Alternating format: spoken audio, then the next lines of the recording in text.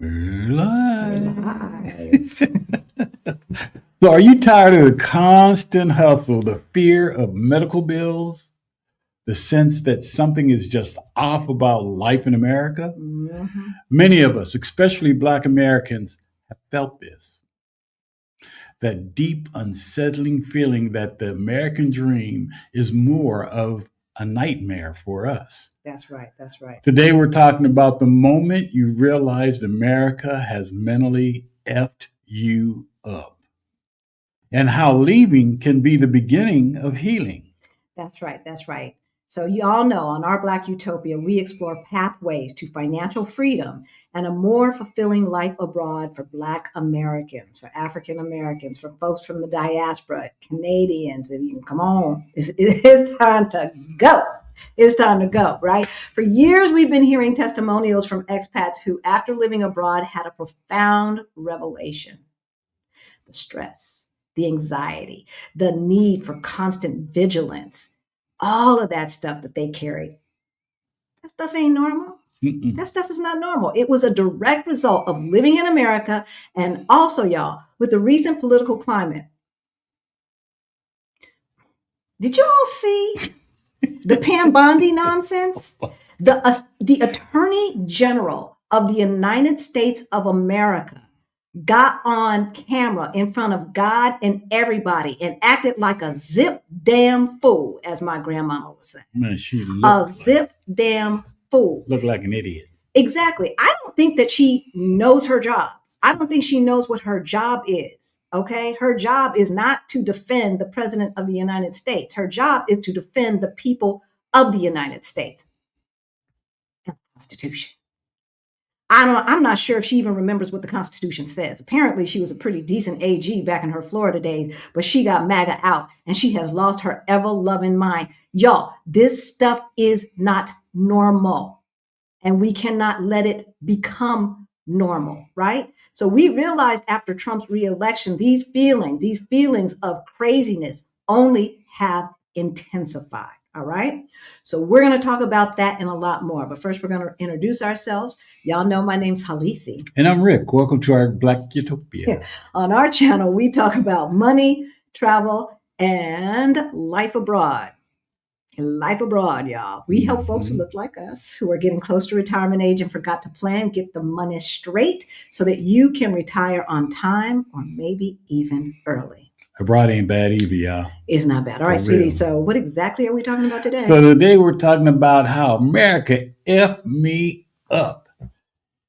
Expats reveal the mental toll of the U.S. Today we're diving deep into the realizations Black expats have had after leaving the United States. We're going to cover things that are really shocking, not just about life in a new country, but revelations about America. That's right. But first, if you're new to our channel, you might not know. Back in 2018, Rick and I got a wake-up call, right? We were getting close to retirement age, and we looked at our money. We looked at our bank accounts. Y'all, it looked crazy. It was crazy. Yeah. It was crazy. But we did get our financial act together, and we went from negative 22,000 in net worth to over 1.1 million in net worth. And as we always say, y'all, if we can do it, you can do it too. You can do it. Okay. So if any of that sounds interesting to you, y'all, we are we're about a month and a little bit away from our 4th anniversary, our 4th year on YouTube. Can you believe that? And we really wanted to get to 100,000 subscribers before then. We know 50% of the folks who watch, y'all ain't subscribed. Y'all ain't subscribed. Now. Some people think they're subscribed and they're not. So please subscribe. Hit that notification bell twice so that you know every single time that we go live or drop a new video, and hit that thumbs up, right? Hit that thumbs up so that YouTube knows that this is information that needs to be shared with our community. Plus, it really helps the channel out. We appreciate you. Yes, we appreciate you. All right. So this is going to be an really interactive live stream. All right. We want to hear from you. Share your experiences, your questions, and your own America effed me up moments in the chat. And if you're watching from the future, hey, we hope the future is better than today. And let us know in the chat if you've had some of those moments. All right. All right. So let's start with a quick poll. If you've lived abroad at any moment, what was the first thing that made you realize something was profoundly different and better than it is in the US? Even if it's like a sabbatical, right? Because I think you can tell if you've been out of the country for at least a month plus, all right? Was it the healthcare? Was it the work-life balance that you noticed, even if you weren't working? Or was it something else? All right. Let us know in the chat. Let me get back to the chat. Is all of this pasted in there? We don't have to worry about it. Repasting. Yeah. Okay, we got the whole thing. Cool. All right. All right. So let us know in the chat. We really, really, really want to know. All right. And then we will say hello to the folks who are in the chat with us live. Allison was here really early, y'all. Yes, she was. She was here early. She said it and forget it and then come back to it. Exactly. Hey, Abundance Now. Gwen and Derek are in the chat. Hey, Gwen and Derek. Hey, Crystal. Okay, you guys, everybody's got to say hello. When you enter, go on and say hello. Let us know where you're logging in from as well. Say hello to us in the comments. That's what we do around here. This is community. This is family, right? All right. Who else? Greta. Hey there. Hey there. Richest blessings, Rick and Halisi and Utopia. Thank you, Greta. Good to see you, Greta. Rapper MD. How you doing? Are your ears itching? Because I was talking about you the other day to somebody, and it was very favorable. Yeah. Actually, she comes up in our conversations a lot. Peggy. Good to see you. A. Lee is in the house. Dr. James. Good to see you. It was good to see you yesterday as well. Name change has not been on the computer yet. So this is Greta Jenkins, y'all, from 2 weeks ago. All right. Greta Cobb's Greta Jenkins. So you got to get that changed, right? You got to get that changed. All right. Y'all saying hello to each other. Hey, Cheryl PhD is in the house. Sharon is in the house. Sanji, A. Lee, all the folks who were hanging out with us before the show. So y'all, become a member of the channel. All right. This is another way that you can support the channel and make sure that we can continue to keep bringing you and researching all of this information that we bring you twice a week. We bring you twice a week, every week. Every week. All right. So we have 2 membership levels, and all members get to hang out with us before the show. Yes. We start hanging out about an hour before the show and chitty chat and do all that stuff while we're getting ready and have some good conversations. Answer questions. And get your questions answered as well. Ask questions. Exactly. Hey, Black Diamond, and Greta is in the house. Thank you. I know that Action VJ is back. Welcome home, sir. Yes, it was good to see you, Victor, even though I didn't say anything. It was good to see you. Amber is in the house. Flutter by Pacific Northwest. Octavia, Lisa Watts. Hey, Lisa. Jackie, Bobby, my girl. Okay, y'all. It's good to see you. House sitting retiree. It's good to see you in the chat. Which I'm surprised because they were talking in the private Zoom. I had to come in here and start getting ready. And we just let them keep on talking. And they were still talking. So I'm surprised to see that they're already over here. So that's good. All right, here we go. And again, we want to hear from you. So let's go ahead, and you know what the deal is. You want to put a Q in front of any question or comment that you want us to pay attention to. Okay, that really helps us because y'all be in there talking to each other and everything else. And we got a new member. Amber. Welcome, Amber. Welcome to the Utopian family. It's good to see you. Thank you. We appreciate you.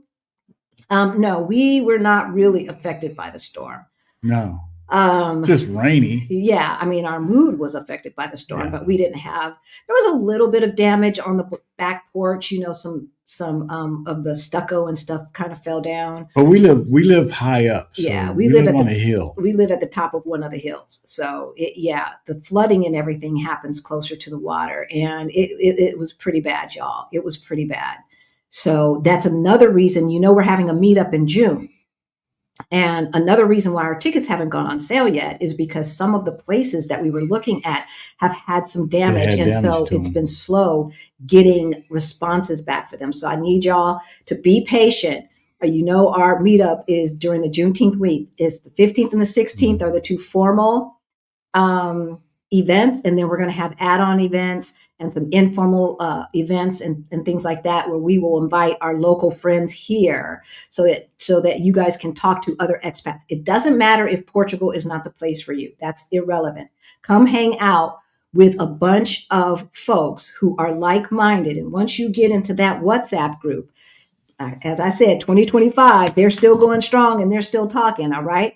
And you all will do the same. Questions answered, accountability partners made, and inspiration and motivation, right, from fellow folks who are thinking like you. And it looks like we're going to get some of the Exodus Summit folks there as well, since their meetup is right after ours in Ghana. In Ghana, yeah. And our plan is to be in Ghana as well. All right. Last week you mentioned something about an issue with Fidelity. I missed it. Yeah. So Fidelity.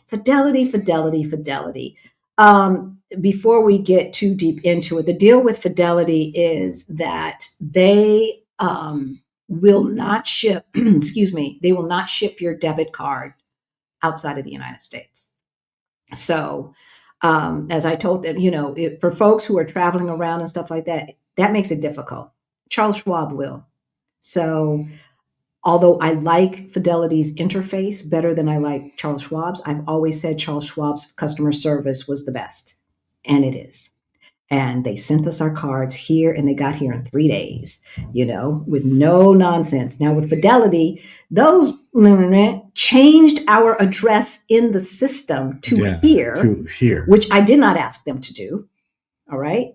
And so consequently, they're like, oh, you ain't living in the United States? Well, you can't buy mutual funds.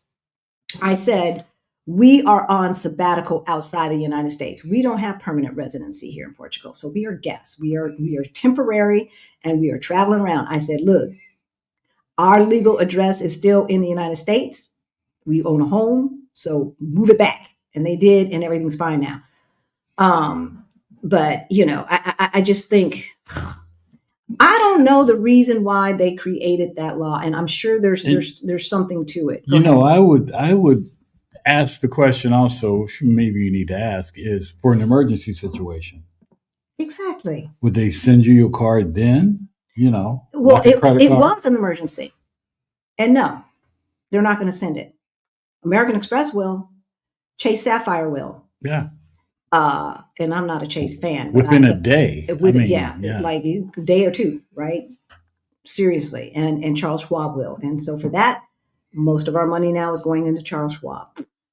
So put that in your pipe. All right. Got to have access to your cash. That's right.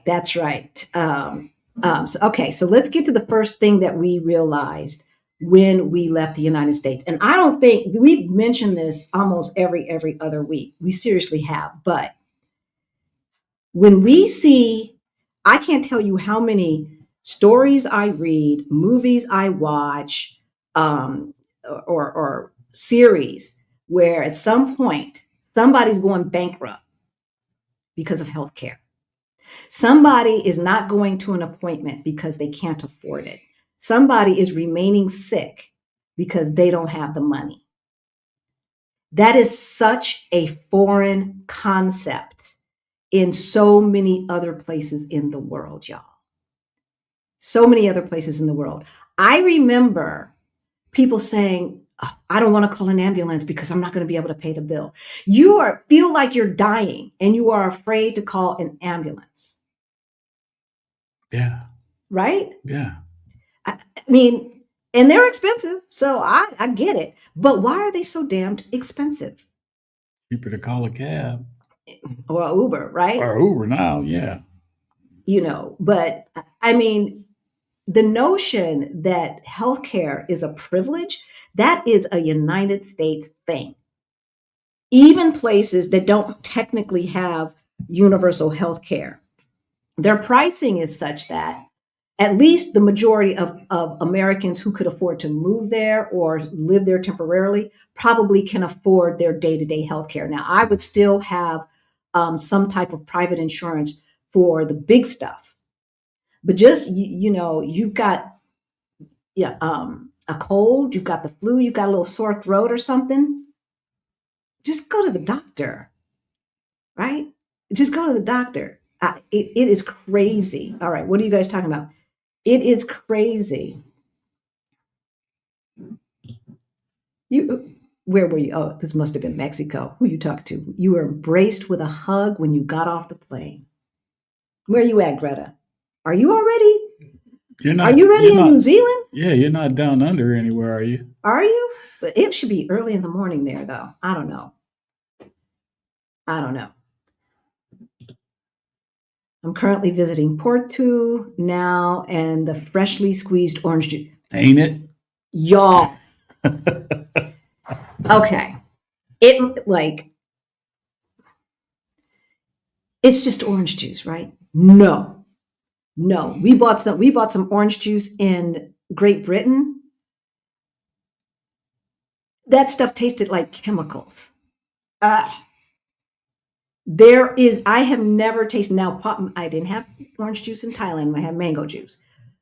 I have never tasted orange juice like the orange juice here in Portugal. I really haven't. I am so addicted. And my doctor was like, no more orange juice, no more juice, too much sugar. I'm like, look, she's like, one glass of orange juice is like 5 oranges. You would not sit there and eat 5 oranges. No, I wouldn't. So I have limited myself to 1 orange worth of juice per day, and I squeeze it myself. Did that count in the one you freeze too for dessert? I've been telling on you. I've been using that for my dessert. So that's my dessert now, y'all. It's like an orange popsicle. That juice is so sweet, so concentrated, just squeezing it out. I freeze it. And you know how sometimes it would separate when you make your homemade popsicles, it separates and you got the juice down here and then it's all watery. No, that's not what happens. And I eat it like a popsicle. Oh my God, this is my new dessert. It is so good. It is so good. So yes, Julie, y'all. And here's the thing. You can go into most grocery stores and they will have a machine with oranges on top. And you go get your little bottle and you put it underneath and turn it on and it'll squeeze it fresh for you. Yep. When you go into restaurants, half the time they have that machine, but they're bringing out cold oranges and putting them in the machine and squeezing it for you. I don't think I've not had fresh orange juice in any restaurant that I've been to, even the mom and pops, because oranges are everywhere. They're growing on the side of the road and everything. They're everywhere. So, yep. Thank you, Wilbro. Just got back from Belize last week and Costa Rica. In Costa Rica, March for my 65th. Okay, so in March, you're going to Costa Rica. I think that's what you meant to say. 65th, making memories at this point in my life, more important than money. All right. It really is, y'all. Yeah. Life is short. That's one thing. And we assume that we're always going to have more time and have health. Getting back to the healthcare situation, right? We assume that. And that's just what it is. It's an assumption. The other assumption is that all of the places that we want to see will always be available for us to see. Yeah. I missed out on going to Cuba when Obama was in office, when we could just go, right? And now I don't know when we will be able. Maybe when we have citizenship here, then we can go, right? I don't know. What would the United States say? I don't know. Like we would use our Portuguese passports? I don't know. Yeah. I don't know. All I know is I missed that opportunity. And so with things changing geopolitically, do not assume that a country will be safe or accessible whenever you feel like you want to go or can't go. So I'm glad you're out there, Wilbro. And thank you for the super chat. As you know, all of our donations go to our scholarship fund for Beyond the Bling. I think I've got 5 more people on the list. I think I just released 10 to 15 scholarships. So we'll see how many of those people take advantage. And then we'll get the last 5 that were on our list. So we've probably given out about 45 scholarships in the past 12 months at this point. Okay. And that's because of you and people like Wilbro. So we thank you. Thank you and appreciate you. All right. Where were we? All right. Ask Angie. I lived in London for a year and I realized that we as Americans were out of touch with the rest of the world. Right? They had a lot more social programs than we had for our people. Oh, yeah.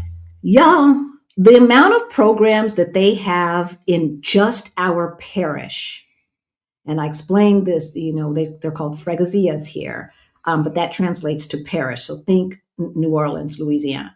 And every parish has their own budget.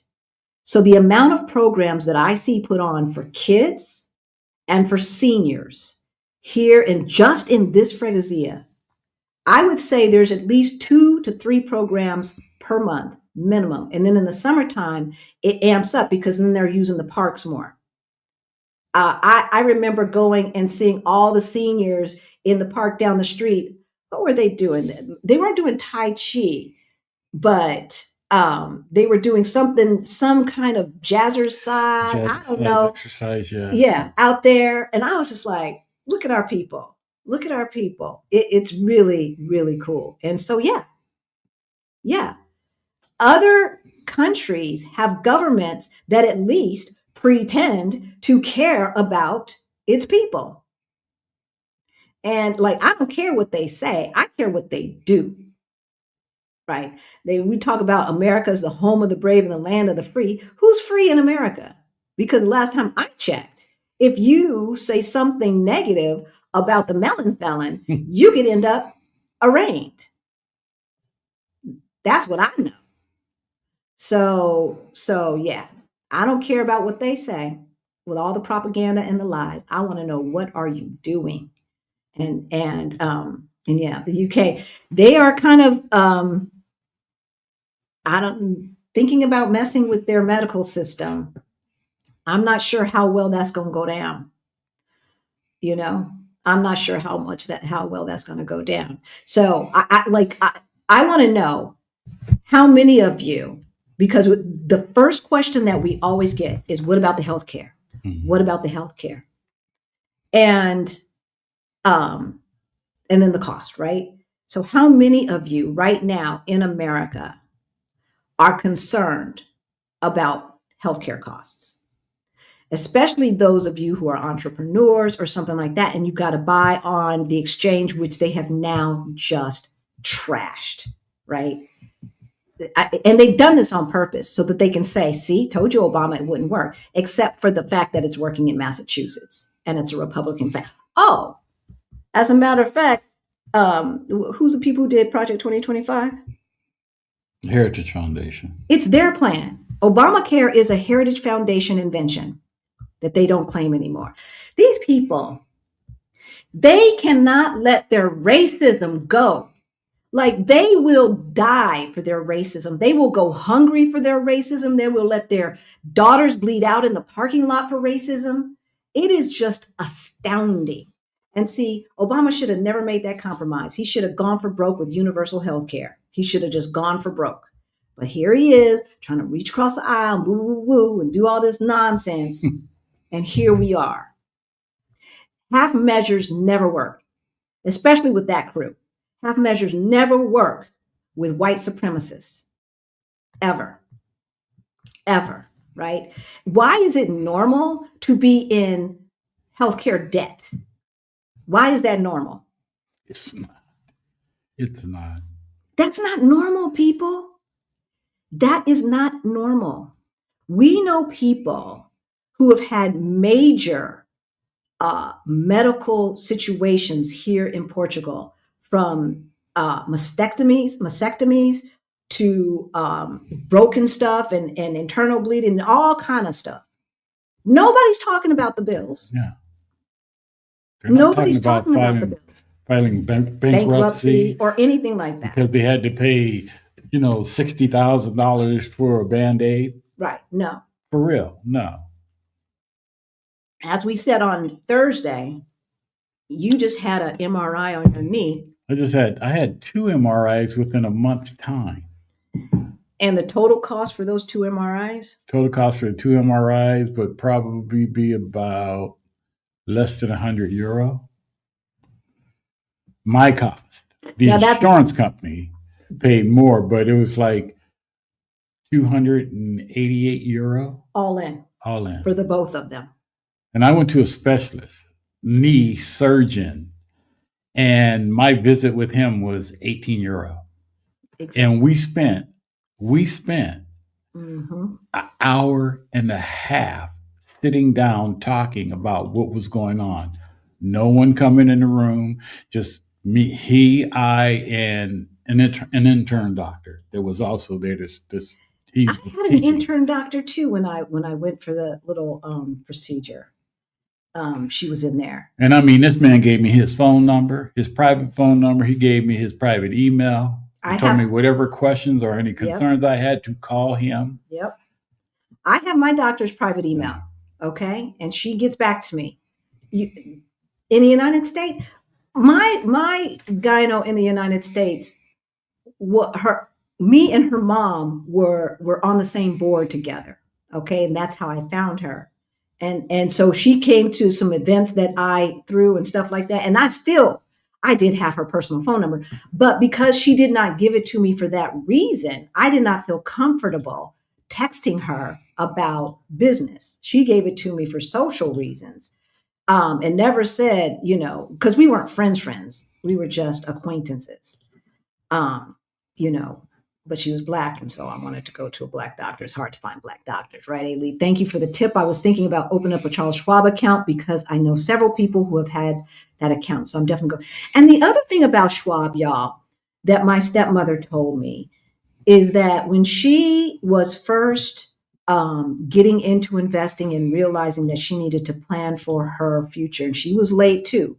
She was late just like us, and she is fine now. Okay, so it can be done, but you've got to be smart. You've got to be diligent. You've got to put stuff on automation and stuff like that. If you need help, Beyond the Bling is our financial freedom program. And it comes with monthly group coaching. So I'm sorry, I'm going through, and I'm marking y'all's, hey, professor, marking y'all's questions.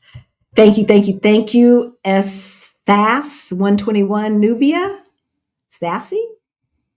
I don't know. Heading to Panama and Colombia this week. Yes, Awesome. I've learned so much in this community. Thank you both. Oh, you are so welcome. Have fun. Have fun. I really like Panama. I love Colombia. And if you run across Charlotte, please give her our love. Yes, Tell her tell her we hi. said hey. Tell her we said hey. And her whole crew, because we got to meet everybody. We Yeah. got to meet everybody when we were down there. So, Octavia, these people, between the white supremacists and the broligarchs, there is some serious therapy that needs to happen, because these people are sick. And I don't play around with mental health, right? I don't mean this flippantly. I mean seriously. Like, locked up, need medication, sick. Because how does it make sense to have $2 billion and the only thing you're thinking of is how to get to $1 trillion? For what? It's like The Hoarder. Remember the show, the reality show, The Hoarders? And you go into their house and there's no room for anything else, and they won't let you throw anything away. Because what? Because they're manic about it. These broligarchs are manic. They are manic and obsessed with power. And now we see why, because they want to be able to do whatever they want to little girls and little boys and get away with it. Hello. Everybody up in them files, except the Obamas weren't, the Bidens weren't. No, they weren't in the files. They weren't in the files. But these people. So what else are you guys talking about? All right, Paula, you said community-minded culture in other countries. They also slow down and focus on the things that truly matter. Everyone speaks, good healthcare, cost of living. Now, hey, Paula, everybody don't speak here in Portugal. I'm just going to be honest. And it's not because they're being buttholes. It's just the culture. And I've said this before. This is not the friendliest place. This is not like Mexico, where when people walk out of the restaurant, everybody's saying, bon appetit and stuff like that. And buenas noches. No. No, but they are kind. Folks here in general are kind. The Portuguese people in general are kind. And that has been my experience in the way I have been treated. And it doesn't matter what color their skin is. That's the way I've been treated. So yeah, but otherwise, okay, we're going to get to it. So I'm not going to respond to anything else, right? Let's get to number two. Um, yeah, anything else you want to say about healthcare? I mean, they have some amazing doctors. Yeah, they have great doctors. They have great doctors. And The one thing, you said this, but I just want to emphasize it. The one difference culturally when it comes to going to the doctor here in Portugal, and I've heard the same from folks who have gone to the doctor in Mexico. You know how you go to the doctor and it's at some clinic, the so-and-so practice, right?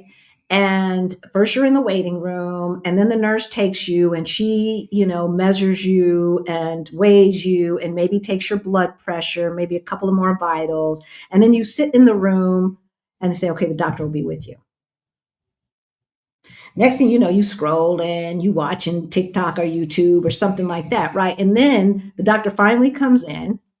She does a few things and she says, oh, you need this. So then the nurse comes back in and does that thing, whether it's an inoculation or whatever. And then she's like, okay, the doctor will be back with you.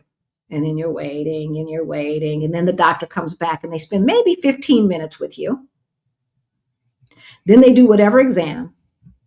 And they spend another 3 minutes telling what they saw or whatever, or what the next steps are, if any. And that's it. That's not normal. That is not normal. Okay?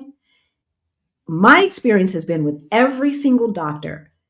The doctor has their own office, even if it's in a hospital or a clinic, they have their own office. The desk is there, their computer is there, the guest chair is there, and some have a bathroom within their office, as well as an examination table and all of the equipment that they need for the exam.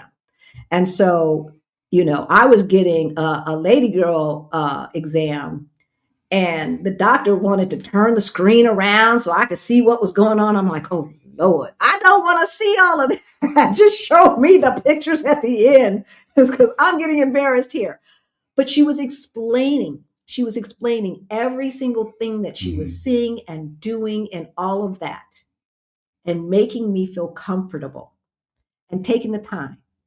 I was in her office just with her and the intern for a good 45 minutes. Yeah. That's what happens in other countries. Okay. Not that burn and turn like you're in Denny's or Bob's Big Boy or something. And it's like, we need your table. Are you finished? Here's your check.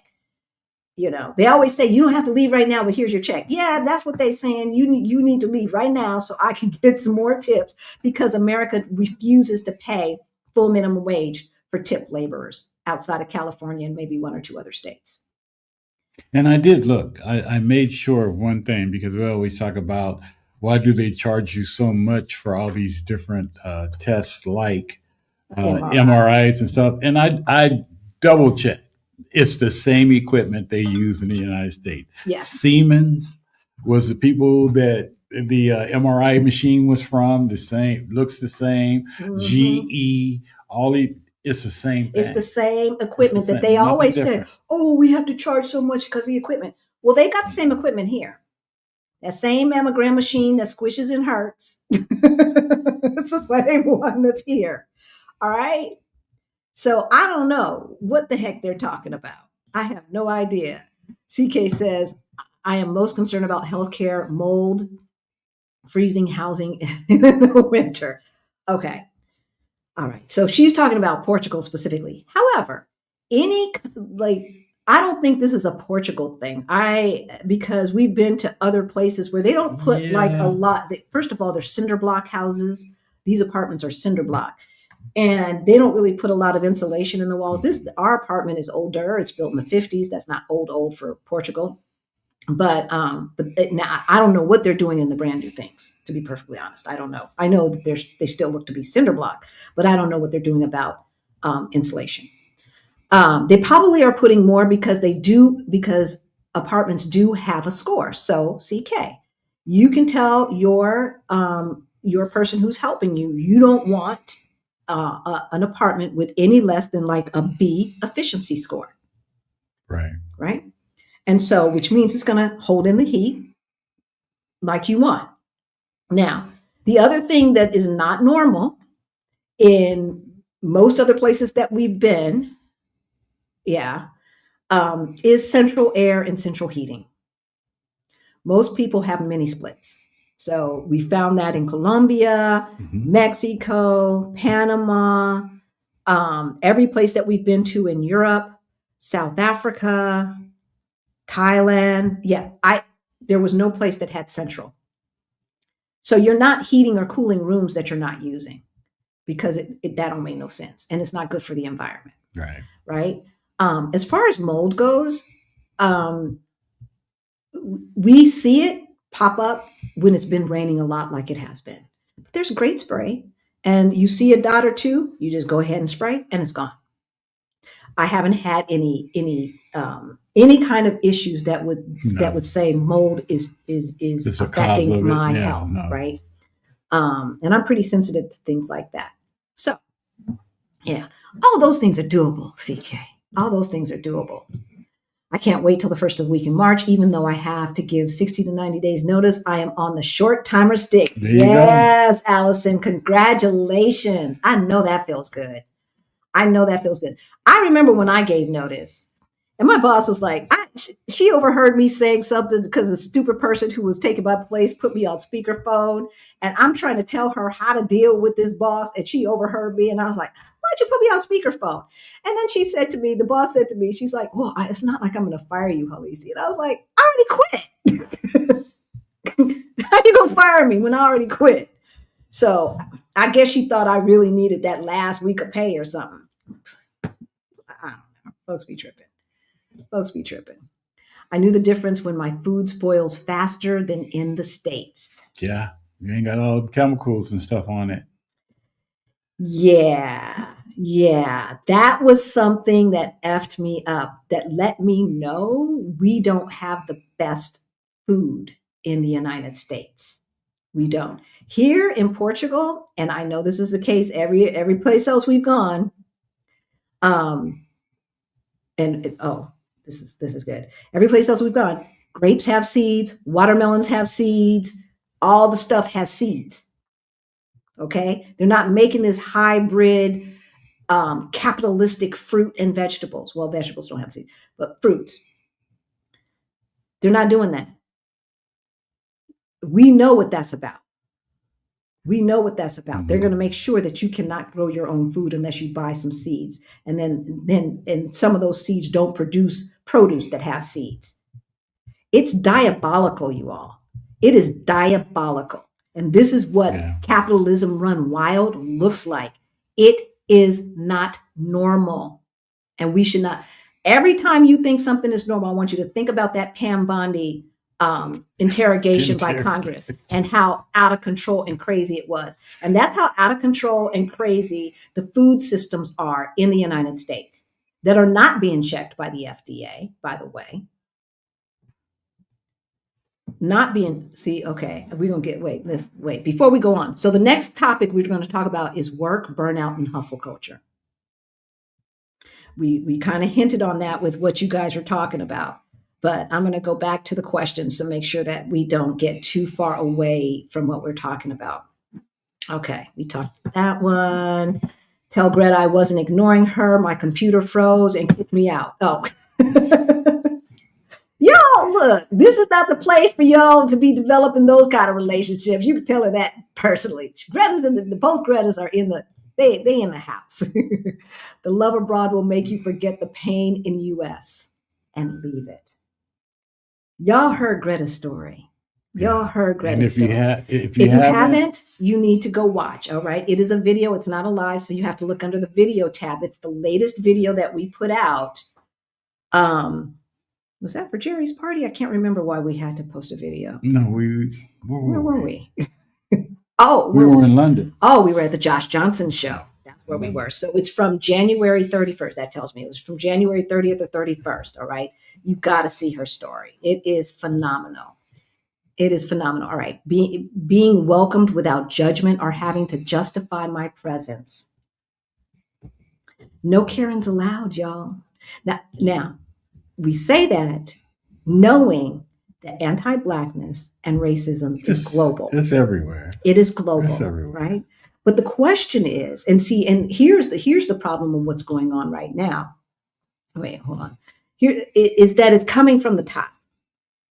And the melon felon is normalizing overt racism, right? We've known it's always been there, but like people used to be embarrassed by it, but now they're like leaning into it.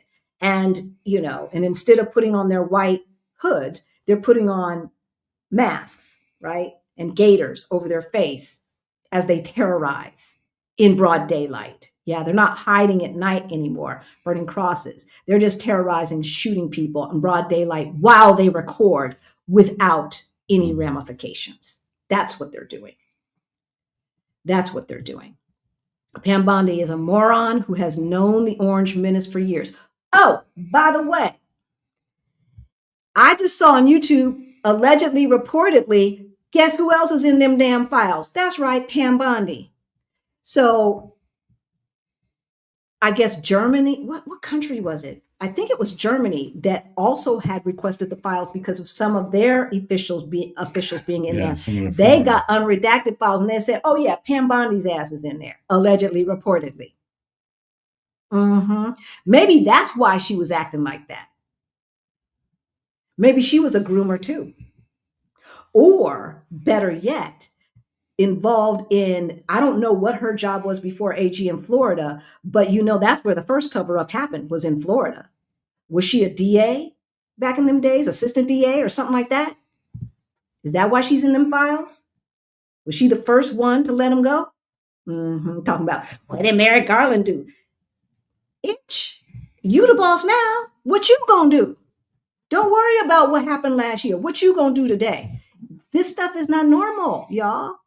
It is not normal. Yeah, I think her behind's in the files. I'm thinking she might be in the files too. I didn't even finish reading what you said, Allison. Yes, I think she's in the files. Because she was acting so twitchy. It just didn't make sense. Everything was an attack. Everything. I think maybe she answered 2 questions just by saying yes. But did you see how they just changed the ability to get passports at libraries and many other well-known locations in the U.S.? No, I did not like that. Y'all, time ain't as long as it has been. If your plan is to get out of Dodge and you do not have a passport, why not? The first thing you need to be doing is getting your passport yesterday. Can't leave until you have it. That part. So, I mean, I am so concerned about them trapping people that we're probably going to get our passports renewed a year early. We're 2 years out, but we'll probably get them renewed a year early because I don't trust. And when I say year early, I mean like soon as this last bit of travel is over, like maybe summertime or something like that. We out. We out. I mean, the passport, we got to get a new one because look, we may have the appearance of an election November 2026. We will have the appearance of an election probably, but that does not mean it's going to be a free and fair election. They have elections in Venezuela every term or whatever. Somehow Maduro keeps winning, even though can't nobody stand him. Even though they announced a different winner. Right? They've been having elections in Hungary. Orban just keeps winning somehow, even though he's effing up. Right? So we may have the appearance of an election, but I'm not convinced yet that it's going to be a real election, y'all. 2024 may have been the last real election we have. And I'm not even sure that one was because there was some hinky stuff going on. I hate to sound like a tin hatter, a foil hat wearer, But look, they kept saying there was a cabal of people who were sex trafficking kids. They kept saying that. They just had it wrong, the wrong people. It wasn't the Democratic Party. No. It was all of the privileged white males, right? And the females who tag along to be close to power. That's who it was. White, rich males who think that they are above the law and can do whatever the hell they want. And some Arabs and stuff too. Maybe some Africans too. I don't know. But for the most part, rich white males and their hangers on. And it's disgusting. So they got it right. I have to give them credit. They had part of it right. Hope to have my temporary residency for Mexico, hopefully in the next 2 months. All right, Amber, good. Had to start somewhere. Mexico's the bomb, y'all. Don't sleep Mexico. Do not sleep Mexico. Just because it's easier to get residency there, the steps anyway, does not mean that it does not have value. It has value. It has a lot of value. It has value, okay? People are living their best lives in Mexico. Seriously. So we are coming in March, visiting Cascais, Estonia, and Carcavelos. It looks like those areas were underwater. Mais o menos. Not all of Cascais. It seems like the old town was kind of hit pretty hard. But by the time March, I don't know. We'll see. Estonia. But we have friends who live in Cascais. Their house is fine. And in Carcavelos. So by and large, it is okay. Okay. It's not like, like when floods happen Katrina or something like that, when stuff happens in America and like the whole town is underwater for weeks because FEMA ain't doing shit. Otherwise we'd hear it in the news and we would hear it in our groups. And I say it that way because the rain has kept us in the house a lot. Oh yeah. And so the only way we're getting information is by watching TV or in our groups. Alicia and Rick, thank goodness you didn't have much damage. Oh yes, thank you, Antonia. Yeah, we didn't have any damage at all for the most part. Just a little bit of plaster on the back porch. Really it was from our landlord's side, not our side. So if that's the biggest thing we have to worry about, yeah. we're in good shape. In good shape. We are in good shape. So, Savon says the main thing that I noticed living abroad is that others know more about us than we know about them. Mm-hmm. Yes. Many can tell us about everything from our weather disasters to our government shutdowns. It's seriously. And I know that's because America exports so much pop culture. But, and we've kind of been the economic hub for the past 70 years or so, but that's coming to an end. But yeah, we even saw that the first time we went to South Africa, right? And remember, Tando knew more about our history than we did. Now, he didn't necessarily know more about our history than I did, but what he did know was he could relate it to the pop culture stuff that was happening at the same time, the songs that came out and stuff like that, which was crazy, and what was happening in South Africa at that same time. And that's the part I didn't know, right? That was the learning. And then not putting two and two together. I know that our music usually talks about the times. Well, some of these kids stuff is kind of crazy, but in general, if somebody's going to be talking about something, we're going to be talking about what's going on, right? What's going on. And so, but to hear him know that's when the Supremes put out this song and that's when Marvin Gaye released that song and this and that, the other, it was quite an enlightening educational experience. We've got to find that video. Has the mail service in Portugal improved? No. If not, what alternate mail service exists to get mail in 3 days from the USA? You better be FedExing it, DHLing it, UPSing you have it. to ship it like that. Okay. Regular mail? No babies. Although was that a Christmas card that was sent to you? That was a Christmas card. That came fairly quick. But you got it in January as opposed to March. That's true. Because the first time we got it in March. Yeah, that's true. I mean, I just don't. Anytime anything to do with mail, I do not hold my breath on. Now, if it's coming from Portugal, you'll get it normally. Yeah, from Portugal to Portugal. Yeah. Yeah. But anything outside from the United States, and not regular mail. Yeah. We get it, but not quickly. Not like we get it in the United States. Like my mom could mail a birthday card 3 days in advance from California to Colorado, and I'm probably going to get it on time. But here, no, ma'am. No, sir. No. Not even with like Amazon or what are the other ones?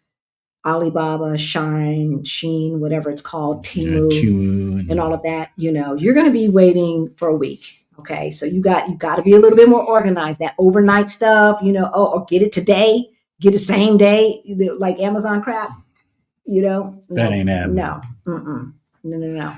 And so, yeah, there are some things at Fidelity that are better, and so that's why we still have our Fidelity account. But they pissed me off. They pissed me off when they would not send our cards, and it's like you said, what if it was an emergency? It was an emergency as far as I'm concerned. They said, well, when are you coming back from the States? I said, we're traveling. I said, we just got back from London. We're going to be going to Ghana. I don't know when we coming back. Give me my card. Oh, you're just going to have your son ship it to you. I'm like, okay, fine. The young lady I lived with in England had a baby, and she had all kinds of free programs for herself and her baby. She also had the state provided leave for 6 months, y'all. This is normal. That's normal. All right. That's normal. At the time, ours was 6 weeks, and it still is maximum. And that's if you've got that kind of a job. If you're a shift worker, not a nurse, but like, customer service and stuff, you're not getting no 6 weeks. You'll be lucky to get 3 weeks, 2 weeks. Unless, you just won't get paid. That's the thing. You will not get paid. Oh, but they're so pro-life. They're so pro-life. No, they're pro-fetus. They're pro-Handmaid's Tale. That's what they are. They're not pro-life, right? And we've got to take Jesus back. We got to take our language back. Hey, Kathy, new member from Florida. Welcome. Hey, y'all know that we get together about an hour before we go live every single Sunday with our members. We answer questions, we chitty chat.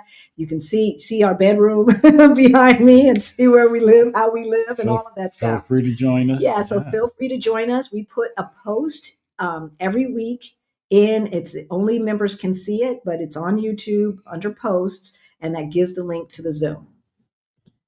Okay. So Angie says that is a corporate thing. Insurance companies are running our healthcare industry. That's right. They took it out of our hands a long time ago. Yeah, they did this in the 70s, y'all. I remember because our neighbor across the street, and next door were doctors. And the mom, who I call my aunt, she's not with us anymore, unfortunately.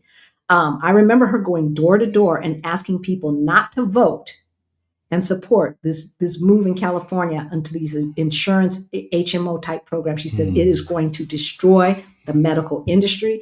And I remember my mom asking her all these questions, but I never forgot. This is when I was like, we were still in San Diego, y'all. So I couldn't have been any more than like 7 years old. That's how long ago this was. And she was absolutely correct. Absolutely correct. So in my mind, we're already there. All right, Benita. They just got approved. Give Benita and her husband a hand. They got their approval. So they will be here before we know it, and hopefully participating in our meetup during the Juneteenth week. I'm planning some cool stuff, y'all. We taking it up a little level from last year. I'm planning some cool stuff, and I've got Soul Kitchen doing some cool stuff, some new stuff. So it's still the first day is still gonna be at Soul Kitchen, but it's gonna be a whole different vibe. So I have my retiree medical, which will reimburse me if I use it internationally. That's nice to have. Okay. Can I also get MGen for my health insurance for my visa application? Yeah, but AXA might be less expensive. Allison, because if you're talking about Portugal, if you're talking about Portugal, you have to have something that has a certain amount of coverage in the Shenzhen area. And we used AXA. And at the time, so compare prices, at the time, it cost us for 6 months for the both of us like 336 yeah. bucks. Okay, now of course this was about 4 years ago, but I can't imagine it being that much more expensive now. I haven't heard of MGen for temporary health insurance. Now, if you want to just go ahead and get your regular health insurance, you can do that, but you don't have to. You can have this kind of insurance, which is like travel health insurance on steroids. Okay, it's like that, and I'm sure they work in other countries. AXA. So I know we've got some people looking at Spain. They work they work in Spain. I think the UK, at least the whole Shenzhen area, they do. So check it out. Is it worth it to travel to Kuala Lumpur to get a full head to toe screening? Look, Malaysia is always a good time. All right. There is always a good idea to go to Malaysia and eat that food. Between Thailand and Malaysia, we didn't get to go to Malaysia, but all of our friends went to Malaysia, and they said the food was just as on point as it is in Thailand, right? And so, medical. I don't know. I know. I would check the price because, I mean, like I said, it's always a good time to go to Malaysia. But if you're just going to go for that, I'm not sure. Check the price and what you get, because it probably is not that much more expensive here, if at all, right? And the trip is cheaper. But yeah, check the price. I've heard. I mean, there's a couple of countries, not just Malaysia. There's another. It seems to me that they do the whole thing, and for like $300 or something like that. Full head to toe screening. That they always talk about in the United States, and I know as a person from the United States, you'd want to get that because you can never get a full answer in the United States, right? How many times have you gone and they say stuff like, "Let's treat it as if." Let's treat it as if it's a sinus infection. No, let's not give me drugs for something I may not have. How about that? How about no? How about we do the test to find out exactly what I have and treat that? But I cannot tell you how many times they have said, "Let's treat it as if." They tried to do that to my son, and I'm like, "No, we're not. You're not giving him more drugs." She says, "Well, we'll have to, pay for it. Then let's do that. But don't just give him medicine." So, yeah. All right. That orange juice in Portugal is insanely good. I had to cut off. I'm trying to tell you guys. What were you calling me out about? Oh, I know. The orange juice. The orange juice. you had 1.5 today. All right. Let's keep it moving. Let's talk about work, burnout, and hustle culture, the grind. Okay, here's my story. I've told this before, but I'm going to tell it again. Okay, first of all, the banks here, they're not open from like 8 a.m. to 6 p.m. Now, I remember in the States when they would close at 3. I'm old enough to remember that. But then they had capitalism and all of that, and plus people's work schedules. Here, work schedule, smirk schedule. They are open from 9 to 3. Not 9 to 3:05, not 9 to 3:10, 3:15, 9 to 3. Okay? And maybe 8:30 to 3. And so that means, and how it is in Portugal, every place you go, you got to get what? Got to get a number. They got a number machine, y'all. They got a number machine for everything. Our butcher has a number machine. My barber has a number machine. Don't you step up to him and get your number. My barber has a number machine. Everybody has a number machine. Okay. So you gotta get your number before, if you want to go into the bank to get help. And I can't remember what I needed help with, but I went to get a number and it was like 2:30. At 2:40, 2:45, that machine got turned off. Okay. So anybody who came in after 2:45, it's too late. You too late. Because at 3:00, 3:01, the doors are locked. And they're gone. Not and they're cleaning up. No, and they're gone. Do you hear me? Do you hear me? So that American expectation of long hours and minimal vacation and all that stuff, like that's supposed to show your worth and how productive you are and da da da da da. Yeah. Let me tell you, two things that I see here that just warm my heart. One, the adults in this neighborhood anyway, a lot of them get such a long lunch break that they can come back over here, go get their child out of school, take them to lunch, and drop them back off. Now, I remember in elementary school, some people used to go home for lunch, but they had to live pretty close. And that's assuming that mom was at home or somebody was at home, right? I think I got to do that twice. And then I was late getting back, and my grandmother said, no more, no mas. But, and then not only that, so not only do they get that lunch break, but the other thing that we see is it's still light outside. So at about 5:00, the park outside of our house is filled with parents and kids. Yeah. Right? It's filled with parents and kids. Look, they are not trying to work like that. You can set your clock to it. You really can. It is not unusual for, especially in the spring, summer, and early fall, to walk down to the bigger parks down the street and find them covered with people in business casual, sitting on a towel, sitting on their jacket, chilling, having like a little impromptu picnic or what have you, because every single park for the most part has a kiosk that serves snacks, beer, wine, that orange juice, and other soft drinks and stuff, right? That's a common thing. And so whether they're bringing something from home or getting something from one of the other nearby restaurants or getting something from the kiosk, it is covered. And also, I also see at that big park too, the parents playing with their kids in the middle of the day. And these are kids that are going back to school. So it is a whole different vibe. There's Dennis. Hey, How are you doing, Dennis? How are you doing? What is with this hustle culture in the United States?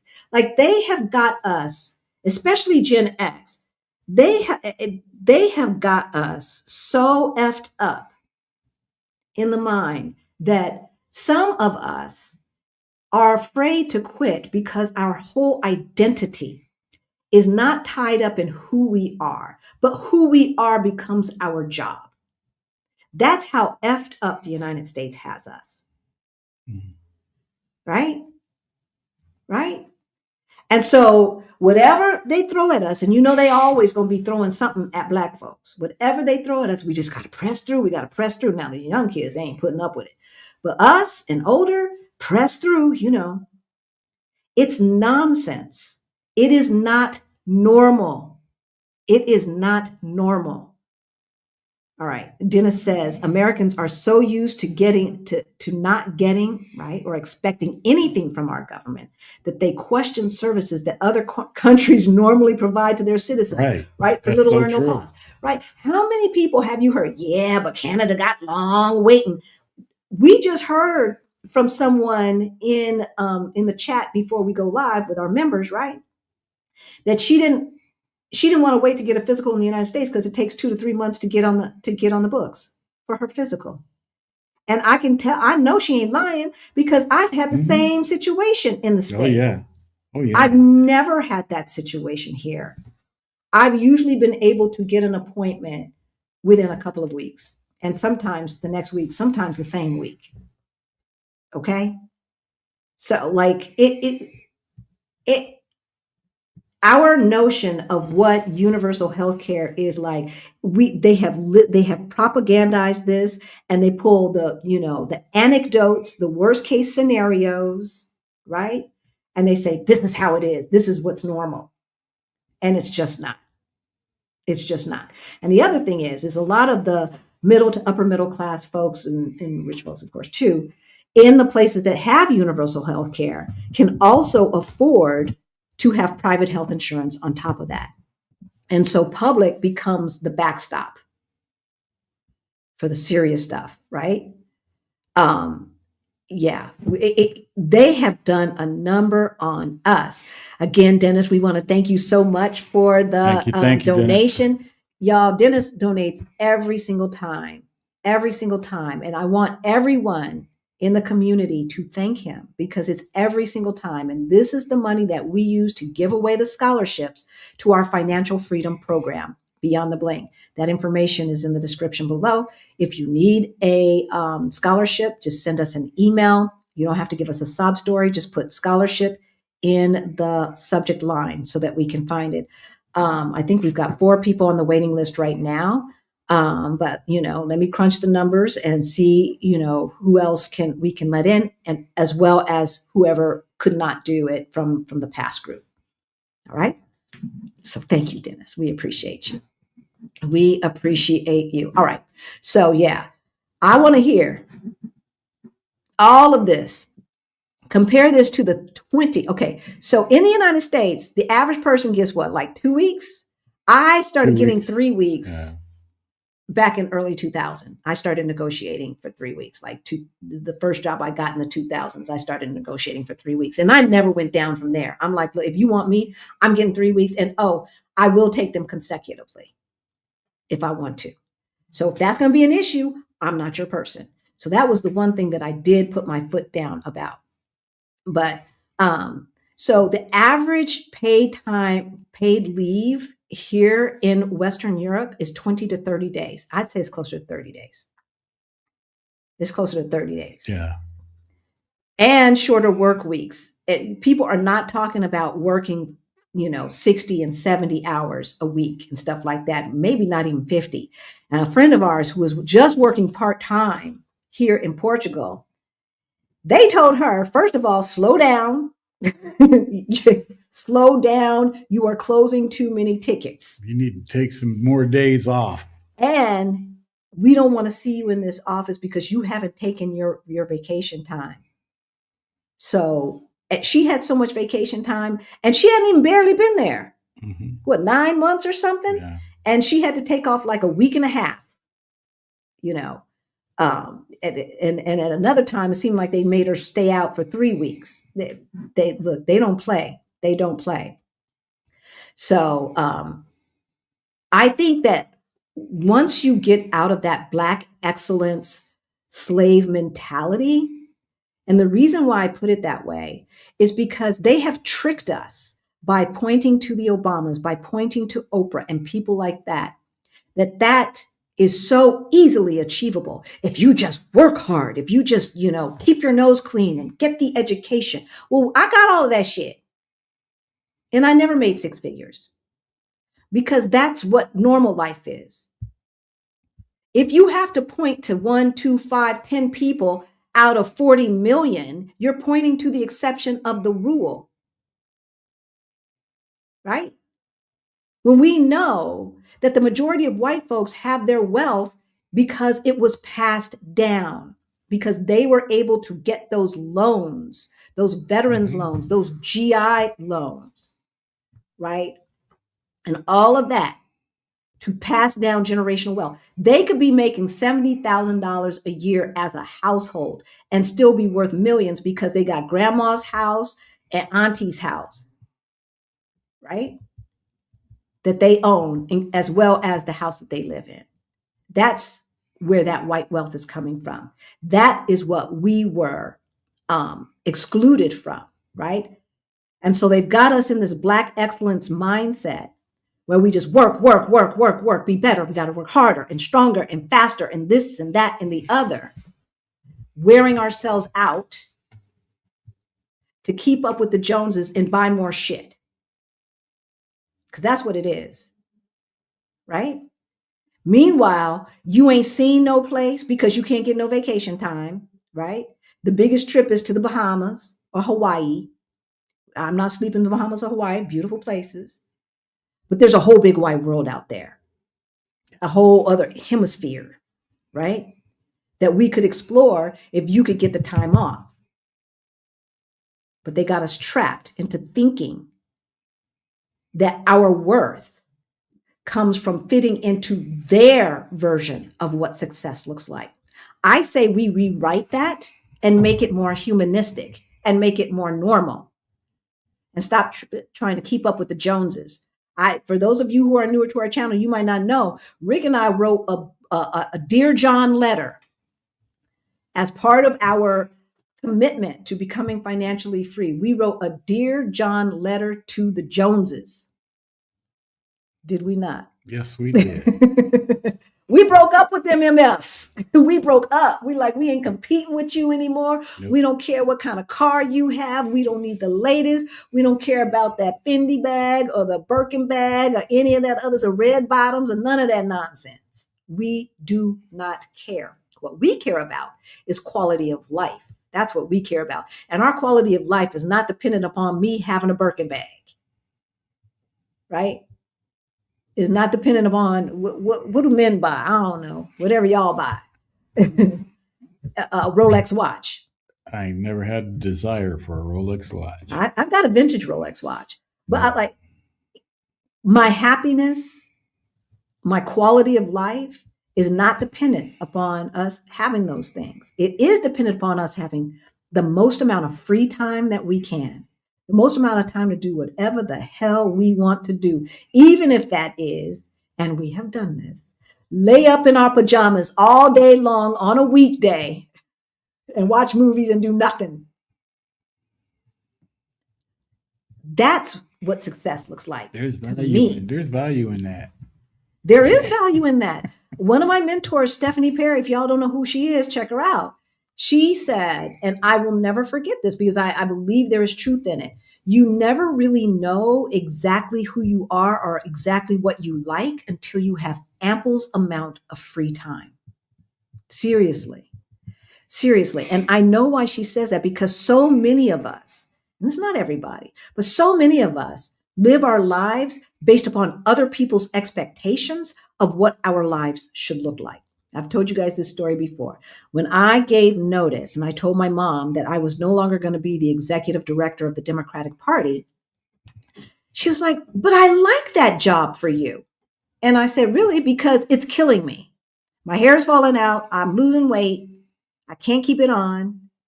But you like this job for me. You just like to be able to brag to your friends that in your mind, Halisi is in Colorado running things. I wasn't running jack squat. Now, I did have access to power, which was cool, and did get some stuff done, which was real cool to get stuff done to help people. That's real cool to be able to get laws passed and stuff like that. Dope. But I didn't need to be in that job to do that. Did not, right? Did not need to be working 70 hours a week, 7 days a week to do that. So redefine what success looks like for you. Don't let anybody else's expectations of what your life should look like be the deciding factor, period. The end. Because my mom doesn't say that anymore. I was like, I don't give that you like that job for me. And why do you? If I tell you it's killing me. But that's how jacked up they've got us, y'all. Now, how many of you would want your kids in that kind of toxic environment just because it gives you some bragging rights? Isn't that crazy? I think it's cray-cray. She doesn't talk like that anymore, as I said. Now, what she says is, I'm so proud of you guys. Where are you going to now? Where are you going to now? Now, my mama just got back from a cruise, y'all.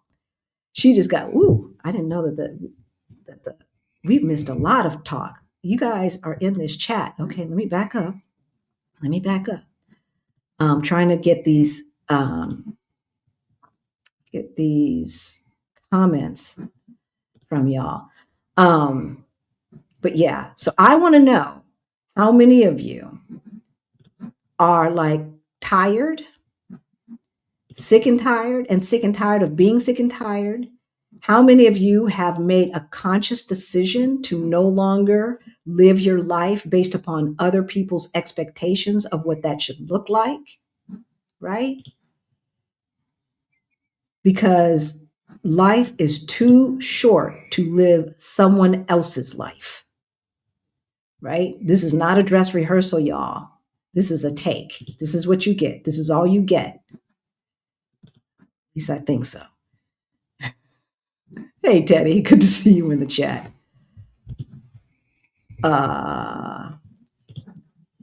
Okay. Huh? What? Alcohol sold at the park? Oh, yeah. Where children play? Mhm. Yeah, why not? And nothing bad happens to the kids? And people don't get drunk and violent? Look, y'all, one of the activities that we do for the meetup is we take you out during St. Anthony's evening. St. Anthony's evening is a day, it happens throughout the month, but on the big day, there's a parade, of course, but there are also street festivals in the freguesias in the downtown area and even up here. So we start up here and then we go all the way down to Bika and we go to every single street festival. Y'all, let me tell you, first of all, every single mom and pop restaurant that has erected a little bar outside of their door and have hired a DJ and are serving drinks, and people are walking around with drinks all day long. Mhm. All day long. All day long. Okay. You can go on to our website, to our meetup page, and see a couple of pictures and there's a video out there all day long. Have we heard about any fights breaking out or anything? No. Not the whole time we've been here. No, I'm sure there's probably a couple of pickpockets because there's so many people. There's one part of Bika where you're literally like this, and they've turned the square into a dance floor, and there's a DJ up top in the little what do you call it? Like the courtyard. Yeah, but I'm thinking of the little round thing that's covered. What is it called? It starts with a G. I'm having a brain fart right now. That are in parks. Gazebo. So the DJ's up on the gazebo, or a band is up on the gazebo, and that whole square, y'all, is arm to arm people dancing, drinks in hand, holding them up like this, right? I'm telling you, Action VJ, let them know. It is a party. It is a party. And all I see is smiles. All I see is smiles. Nobody's like respect and all that nonsense that they do in the United States. Oh, and Great Britain, they do that too. They get stupid drunk in Great Britain too. But yeah, this is how the culture is here and in a lot of places. Parents are going to come out. They're going to get their kids. They're going to bring them to the park and wear them out, right? They're going to sit there with their acquaintances, their friends, their family, because where there is a playground, there's going to be a kiosk or a cafe right next to it that's serving beer, wine, and some hard alcohol as well. Yeah. As snacks, sometimes hamburgers, all the way from hamburgers to the little croquets and empanada type things that they sell here. And everything in between, chips and cookies and all of that stuff. Yeah. So mom or dad and company are sitting back, drinking some wine and watching their kids play across the way in the playground. Mm-hmm. That's the culture here. That's humanity. That's the difference. And so consequently, I don't see the angry drinking that I see in the United States, that like frenetic, let's just get as drunk as we can, as fast as we can. And, and maybe that's because we work so much harder in the United States. They feel like they got to pack everything in, right, in a short amount of time. When we were in Coimbra during the graduation there, and them kids were were they lit? Oh, they was lit. They were literally lit. They was lit. They was celebrating. Yes. Oh my gosh. I mean, stumbling drunk lit.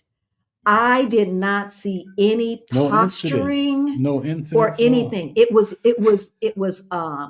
more like they were looking out for each other. Mm-hmm. It was the kind of drunk, like the I love you type drunk, right? Not the, angry stuff that we often see in the United States. That was really enlightening. That was really enlightening because, first of all, if it were an American university, I don't think that there would have been that much drinking that early, because this was in the middle of the day, y'all. Because we have such issues with it in the United States, we have this fake prudishness in the United States. It's all baloney. America's like one of the most corrupt countries in the world. I know that they try to act like they're not, but they are, and they always have been. Just the fact that companies can buy politicians. I mean, back in the olden days, at least they used to say, I'm going to make a campaign donation or I'm going to donate to your PAC. Now with the melon felon, they're just putting it right into his hands. Here you go. It's always been corrupt. The fact that the Congress can trade, not just have a blind trust that automatically buys a couple of ETFs or mutual funds. No, they are trading individual equities when they already know the impact that whatever they're doing is going to have on that industry or that company. America is corrupt, y'all. It is corrupt. Don't get it twisted. Do not get it twisted. I watch you live via my TV. Oh, Tony. Oh, please don't watch us on that big screen. You're going to see all the blemishes and everything else. Do I have booger in my nose? All right. I watch you live via my TV, so I'm not always able to comment. Oh, I'll be in Panama next month getting my permanent residency. All right. Yay. Congratulations. Yay. You can't comment when you're watching on TV? You can't use the You don't live have a chat? keyboard. Oh, yeah, I suppose so. Huh. I think with Apple TV, we could talk into the thing. Yeah. Maybe. I don't know. That's no fun. YouTube, you got to fix that. There's got to be something that can be done about that. Because I know a good portion actually of our people watch us on big screens. We can tell that information behind the scenes. And I'm like, oh my God. My face is there, like all big in their living room. It's so embarrassing. It's so embarrassing. All right, I'm marking y'all's questions. Yep, Mexico's the bomb. Y'all, while I'm marking your questions, please tell me what you thought of Bad Bunny's halftime show. Thinking about like what America could be, right? I mean, that halftime show, I was, and I'm going to tell you, not only did I not understand, after 5 years of Spanish, I understood about 0.03% of what he said. But get this, my Spanish tutor, who is native born, did not understand what he was saying. Of course, she's got an old soul, so she never really listened to rap and stuff like that. So that may be one of the reasons. And Puerto Ricans have a very distinct vernacular and accent. So that could also be a reason. But as a native speaker, and she didn't understand it, of course, I didn't understand half the stuff Kendrick Lamar was saying the year before. So there you go. Right. Okay. I'm not sure, Antonia, what you were talking about here. All right. The American government is suffering from 3 Ps: pimps, prostitutes, and poop butts. I like that. John. I like that. One of my favorite talk show hosts, Reed Daniel Favors, she has coined WEI, which I've used on here a few times. WEI instead of DEI. White, entitled, and incompetent. And everybody up in that regime, I'm not going to even call it administration, is WEI. I mean, it is hilarious how incompetent they are. Yes. But diabolically, like sometimes I think they weaponize their incompetence. Like your kids used to do when you ask them to clean the kitchen and they purposely not do a good job, hoping that you'd say, I'll just do it. Mm-hmm. I think that's what they're doing. All right. Hello, beautiful Black Utopia. Thank you. Can you expand what you are paying in heating and cooling bills? Sure. My heating and cooling is almost the same amount as my ding dang mortgage. Oh my gosh. Oh, where are you? Okay, so full transparency, electricity here in Portugal is expensive. It's expensive, but that's just relative to everything else. It is not as expensive as our electricity was in Denver. No. We're working on replacing the Facebook group, y'all. You know, Facebook kicked me out and deleted my original profile, and so I'm really pissed. We're thinking about Heartbeat. The problem is it costs, and so I'm trying to figure out what. Maybe I'll do a thing just to see how many people would want to join, because I want to do like Exodus Summit does, where they only charge $1, but they have a lot more money than we do, and it's about $40 a month. But at least we would be off the fascist platform where they're spying on us and doing all this nonsense with Palantir and everything else. So that's where we're at with that, CK. But getting back to the heating and cooling bill. So look, I'm spoiled, y'all. So I don't like, if I'm cold, I'm turning the heat on. If I'm hot, I'm turning the air on. I just don't want to be uncomfortable. And I'll just pay. If that's one less avocado toast, that's one less avocado toast. So we did a cost of living thing, and it really, like, our stuff really hasn't changed too much in 3 years. It really hasn't. Our rent has gone up 100 euro. Yeah, 100 euro in 4 years. And our electricity, so our cable stuff went up by 2 euro or 4 euro. Yeah, not 4 anything euro. crazy. So we pay for cable, fast speed internet, and a landline that we don't use. We pay 42 euro per month. For water, it usually is more than about 20 euro.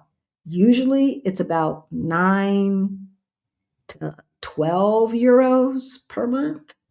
Sometimes longer showers and this and that, and it can get up to 20. It's never really been too much more than 20 euro, if that. Electricity. We don't have gas, so we don't have a gas bill. But the electricity bill, heck, this last time, well, when we were gone, it got pretty low. But this last time, I was like, it was tripping. I think it was 150 euro, which was expensive. So usually it's about 80. And it can get down to like 60 and stuff like that in the spring and in the late fall when we don't need heat or cool, you know. But yeah, the electricity can get expensive, but still, everything else is so inexpensive. That means the whole utility thing usually is about 200 euros per month for all utilities, including cable and internet, right? And then, so some people have their cell phone on the plan as well. Now, we don't, because our landlord has the stuff in his name. But if we got a package, we know people who've gotten the package with all you can eat cell phone and the high-speed internet and the cable for about 64 euro per month. Excuse me. Yes. We pay about 58 euro per month for our cell phones, for not each, all in, for both of them. Unlimited data, unlimited text, unlimited talk. So that's what we pay. All right. Seeing the Bondi mess made me wonder if she was on drugs, right? Or needed a hit of some. Honestly, something was clearly wrong with her. Listen, Rhonda, look, that was some crazy stuff. I'm like, what the heck? How long do the fruits and vegetables last? About a week or less. It depends. It depends. Yeah, but it really like, depends. You know how we can, however long you think you can leave your stuff, your fruits and stuff in the refrigerator in the States, cut that in half. Cut that in half. Now you can get special containers and stuff to keep them fresher longer. We ain't got all that. So yeah. And here's the other thing, y'all. There are, in most neighborhoods, there are mom and pop fruitarias and things like that, like every block. If I walk 5 minutes in this direction, I'm going to hit 1, 2, 3, 4 places I can buy fresh produce, maybe 5. Just walking 5 minutes down the Just street. walking up the street. So it never makes sense to like fill your. I literally will go buy like not my oranges because but I'll literally like go buy 2 nectarines because I know tomorrow I can just go buy 2 more. It's just right there. It's not like you got to get in your car, get in the garage, turn it up, and drive out, and drive to the store, look for a parking space. You ain't got to do all that. Mm-hmm. When you live in a place that's walkable and stuff like that, where they, built with some kind of, I know what it is. The way America is built was built to separate and make sure that the rich people did not have to deal with the unwashed. That's what happened in America. Well, here, everybody just lives together. Okay. Our landlord, I know they got money. I'm understanding they got money. When I understand how many properties they own and stuff like that, they got money. But they live normally. They live next door to us, right? And their adult kid still lives there. And they still work. And they still work. And here, okay, let me show you what's normal here. And I brought this up to Rick a couple of times. So this is a husband and wife who are probably somewhere between 45 and 53, just because of the age of their daughter. I'd say their daughter is somewhere around 23. 20, 22, 23. Something like that. I think she's out of college. I think she's been out of college. So maybe 25 even. It is not unusual for us to see them, especially on a Saturday or Sunday, literally walking, all 3 of them, arm in arm, smiling and talking to each other. No phones out like that. No, literally the 23 to 25-year-old, however old she is, daughter as well. All 3 of them walking arm in arm, chitty chatting with each other, enjoying each other's company. That is the difference. Mm-hmm. What happens in America is not normal. It is not normal, folks. It just isn't. Where's that pink? Where'd the pink go? There it is. Thank you, Liz Jones. Thank you, Liz. Thank you, thank you, thank you. Thank you for all you do, she writes. I appreciate these weekly pajama parties. So informative. I'm taking notes and planning my escape. Yes, that's what we want to hear. Again, all of our donations go to our scholarship fund, y'all. And so Liz, I want the community to thank Liz, right, for sewing into our community. So CK said Pam Bondi was the AG in Florida when the first Epstein cover-up occurred. Oh, so she was the AG in 2006? I didn't think it had been that long. Or maybe they have longer terms than we do in Colorado or whatever. Interesting. Congresswoman Crockett totally clowned Pam Bondi. Yes, she did. Yes, she sure did. Right? At this point, the whole Orange Man's administration regime may be in the Epstein files. Look, I think before it's over, this stuff is going to look crazy. They are trying this dribble, drab stuff. They might as well have just gotten it out there because they're just prolonging the conversation. If they just got it out there and we could go to the point where people were going to trial or whatever's going to have you, there'd be something else in the news because now the courts are handling it. But because there is an obvious cover-up, they're doing more, just like with Watergate. The cover-up was worse than the crime. Now, in this case, the cover-up is just as bad, if not worse than the crime, because we're talking about babies here. We're talking about babies being exploited. But it makes Watergate seem like a high school prank. Why have to be in the worst state in Florida? Look, Florida's out of control, and it always has been. They've always had some weird laws on the book. Now, one time, and I think they still do this, they would offer free college for high school students who met certain criteria. Surprise, surprise. So if they're still doing that, that's a great thing. I have my appointment to renew on March 7th because I'm expediting it. Awesome. For your passport. I'm telling you guys, don't wait. Do not wait. Apply for your passport now. They are slowing things down. See, Greta be knowing things, y'all. Yes. Just in case you don't know, Greta be knowing things. Take heed. Take that warning. She be doing her Googles and her research, y'all. How far in advance can you renew a passport? Mine expires in 2028 as well. You can renew it anytime. Yeah, and I want to try and renew this spring. You can't, Professor. You can renew it anytime. Yep. Get it done, because who knows this time next year what's going to be happening. House sitting retiree says, and how about that Howard Lutnick, right? First he said he and his wife would have nothing to do with it. Was disgusted. I was just disgusted. Right?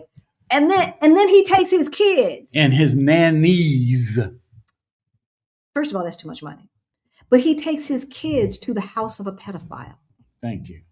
You took your kids to the house of a known pedophile. That shit ain't normal, y'all. It is not normal. Why does every citizen have a valid U.S. passport? Why doesn't every citizen have a valid? It doesn't cost that much. Just do it. Yeah. It does cost a lot, Vaughn, if you're living paycheck to paycheck. It's $200 or so, $150. I mean, that's not a lot of money to me, but I remember when that was a lot of money, right? For somebody who's making minimum wage. If you have to save up for it, save up for it. Yeah, definitely. But I don't want us to lose sight of the fact that we in this group, for the most part, have some privilege. Okay, we have some privilege. And so everybody is not going to be able to get out right away because everybody does not have the financial means. This is why they are making us prove citizenship before the election. See, this is what I'm saying. They don't have to cancel the election. They just have to make it so hard to vote that 30 to 40% of the people who would normally vote can't vote. Right? I still haven't received the copy of my mom's birth certificate from the state, which I paid for. I still haven't received it. And this was a year ago. I know that my grandparents and some other people in my family never even got a birth certificate because they weren't allowed to be born in a hospital. See, and they know that. They're counting on it. There's some Meemaw and Pawpaws out there who were not born in a hospital and may not have a passport, a birth certificate, or easy access to a birth certificate, right? And I don't know what percentage of Americans have valid passports, but obviously that would suffice for this proving citizenship nonsense. But it's a poll tax. Let's call it what it is. It's a poll tax. And I need y'all to be calling your senators because it's in the Senate right now, this law, which would alienate and put a poll tax on any female who does not have a passport and who had changed their name when they got married. Because now their ID is going to say one thing and their birth certificate is going to say something else. And that is in the law.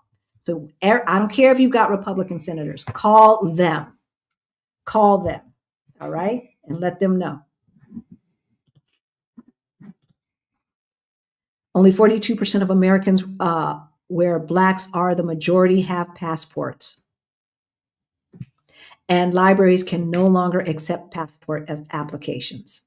What is that about? See, once again, they don't have to just close down the election. They just have to make it hard as hell not to be able to vote. We are in North Carolina, and my husband just got a letter that his voter registration is invalid. See, he has lived his entire life and has been registered there since 1992. Right, the appearance of an election, right? They said that there is information in the files about that little girl that was snatched in Portugal years ago. Ooh. Really? I haven't seen that. I'll have to look that up when we get off. All right, my passport's 2 years out, and they would not let me renew this early at the post office. Okay. If If you go to the actual government office, they should let you do it. The federal government have been buying up federal buildings for ICE in blue states near Black people. Yes, they have. And storing ammunitions. Yes, they have. Reportedly, allegedly. Hagerstown, Maryland is one area. I read they are looking at Oakland too. I want to know what all of these state attorney generals and governors are doing today to ensure that we have free and fair elections. Like waiting until the ballots are released is not good enough. What about Coimbra, Halisi? I heard it was hit hard. I have to talk to my friend. So the last time I talked to them, all of the riverfront, speaking of Coimbra, because we were just there, all of the riverfront restaurants and everything else were underwater, y'all. But where our friends live, they were fine. Yeah, they had a dam break or something. Yeah, a dam broke. How do you sign up for your one-on-one coaching sessions that come with your Beyond the Bling enrollment? You should have gotten a link, Angie.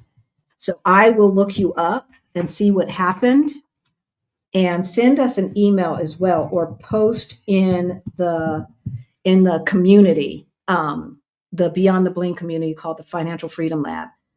Because just in case there's more Angies, but I will look for a recent Angie that signed up with coaching. Okay. And I'll see what happened and send you an email. Okay. Thank you for asking and not just getting pissed off because you didn't receive it. Do you have realtors in Lisbon whom you can recommend? My case is very complicated. I have 7 cats. Ooh, Milo. I think we've talked before about your cats. I would say call Relocate to Portugal. So it's relocatetoportugal.com. They have a service that they offer to find living for immigrants. Okay, so call them. Gail is the owner. Relocate to Portugal. They're the ones that helped us, and I would recommend them first. And the reason why I'm not talking about Start Abroad is because she wasn't talking about the whole process. I think Portugal is on BPT. I don't know what BPT is. Black People Time. Is it on Black People Time?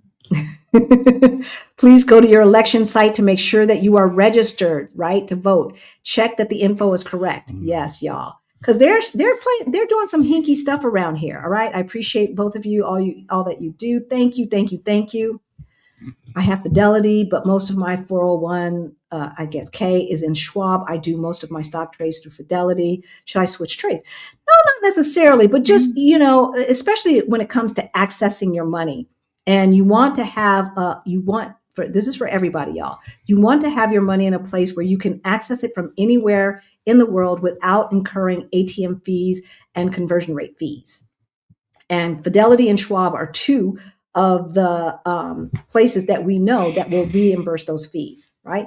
The problem I have with Fidelity is if you lose that card, they're not going to ship you a new one. Right. They'll ship it to your house and you're just SOL.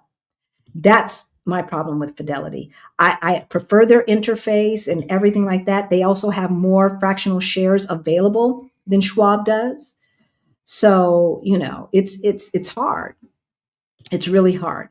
All right, let's try to get there. You mentioned Ghana. Will you be there with Stephanie Perry? That's where they're, so yeah.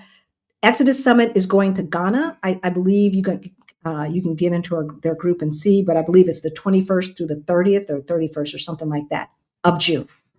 Our meetup ends on the 19th.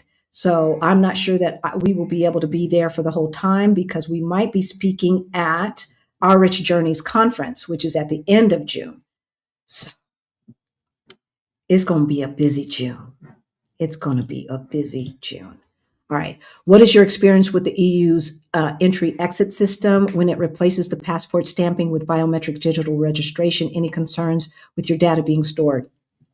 Our data is all out there anyway, y'all. It is. It's already out there. And I know when I walked up to get our global entry, to apply for global entry in San Francisco, and I walked up, I guess the camera that was there took a picture of me, and he's like, "Hey, Miss Benson, our information is already out there. And so, so the biometric, they're doing the picture thing. They're not, we don't put our hands on there. No, you put It's a picture. They're already doing that. Yeah. They're doing that everywhere, y'all. We can't get around this big brother bullshit. No, we can't. What we need to do is vote people in that won't take advantage of it. It is guessing game with insurance payments when you need them, although you already paid for healthcare, right? Then they may choose to deny you because they can. The system in the States is out of control, y'all. It is out of control. All right, let's keep it moving. All right, number 3, safety fears, violence, and policing, that baseline fear, right? That is a constant for African Americans in the States, and it is not normal. That is not normal living. And you don't realize how oppressive it is, how it just sits, it weighs on you because it's normal for you to feel that way in the United States. But once you leave, you realize people in other places don't necessarily. Now, there's some places where the cops are out of control and the government's out of control. I'm not saying that. But in places where you would want to live, people are not living that way. No, they're not. We're just not, okay? Gun violence and having to be hyper vigilant around police, right? Especially for us, right? That's not normal. The kids here do not do gun shooter drills.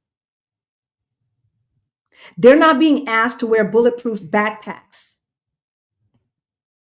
When we're at St. Anthony's and there is literally tens of thousands of people arm to arm, we're never worried about some mass shooter. That is like the furthest thing from my mind. Now, is there gun violence here? Yeah. There has been. Not gun violence. I think since we've been here, we've heard of 4 incidents in 4 years. And those people knew each other. It wasn't random.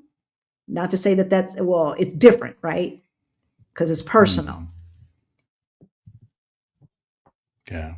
Okay, that's the difference. That's the difference. One of the grocery stores that I go to is right next to a police station that we walk by.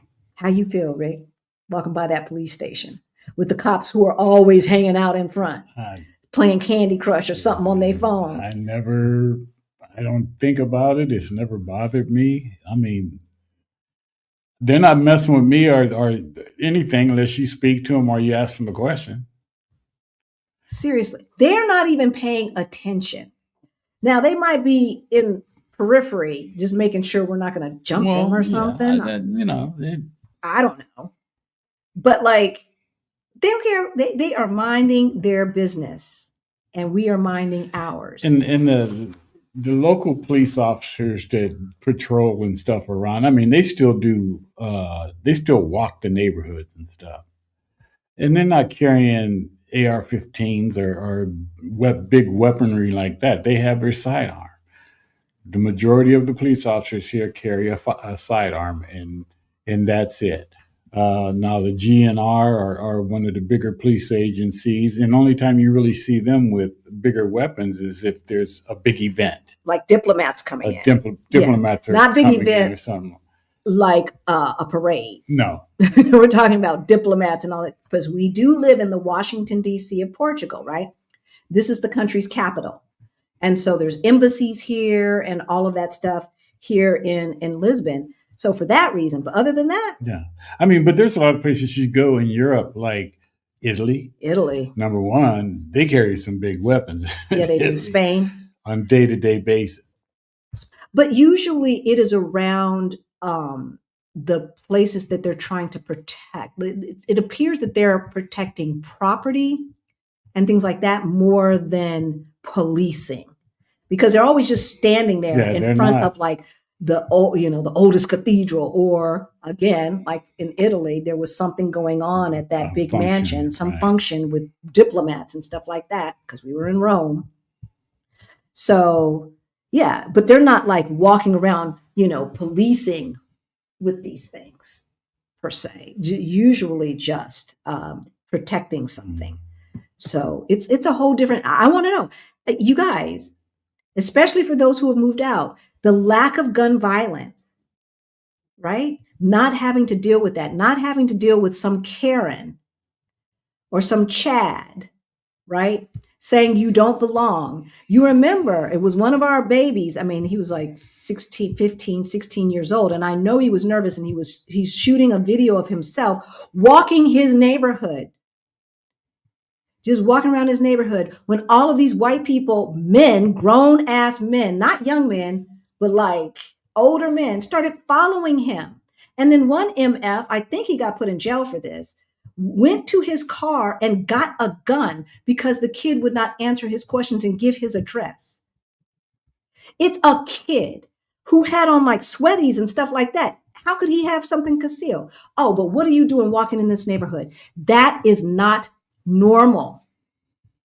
That is not normal, folks. We don't live that way. People we know don't live that way. That is not normal. So let us know. You know, I'm going to mark some more of your comments, but then we're going to keep it moving so we can get through a little bit more of this. Y'all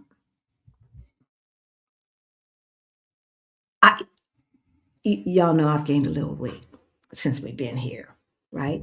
But because it is so less stressful, my blood work still looks great. I'm still not having to, you know, at almost 62 years old, I still don't have to take any high blood pressure medicine, high cholesterol medicine, or any of that stuff, because it's less stressful here. It's less stressful when you don't have a whole contingency of folks who believe it is their job to police Black people. Even though that's not their paid job, they believe it is their responsibility to make sure Black people are doing what they think we should do, to make sure Black people are where they think we should be. That's not a thing in the rest of the world. I remember when we were walking around Cascais. Okay, now Cascais has everything from apartments to mansions. We were up walking near the mansions. And Rick, because this was when we first got here, June 2022. And Rick was like you a little antsy, like, oh, I don't want to make sure people ain't tripping and stuff like that. I didn't feel comfortable because we didn't know. I knew how it was walking around in Beverly Hills and stuff. You couldn't do that. You couldn't do that. You couldn't do that. And we're doing our YouTube thing, and we're filming stuff and stuff like that too. They'd say we're casing the joints. That's what they would have said in the United States. Yeah, you couldn't. And the police probably would have rolled up on us. Oh, easy. Right. But we walked around for a good hour and a half until we made our way back down the hill. It's just not a thing. And what Black folks have to go through in America is not normal. And we can't allow it to become normalized here. Okay? Seriously. Here's a good one. Tipping. Tipping service people as a norm. It's a trap, y'all. The constant expectations of tipping tied to sub-minimum wages. Like we are, you Americans, I'm American too, but y'all who living in America are basically subsidizing flawed business models. If you cannot afford to pay your employees decently, you have a flawed business model. And you expect us to not only pay too much money for some crappy food that the FDA no longer checks, but then I've got to subsidize your employees' wages because you refuse to.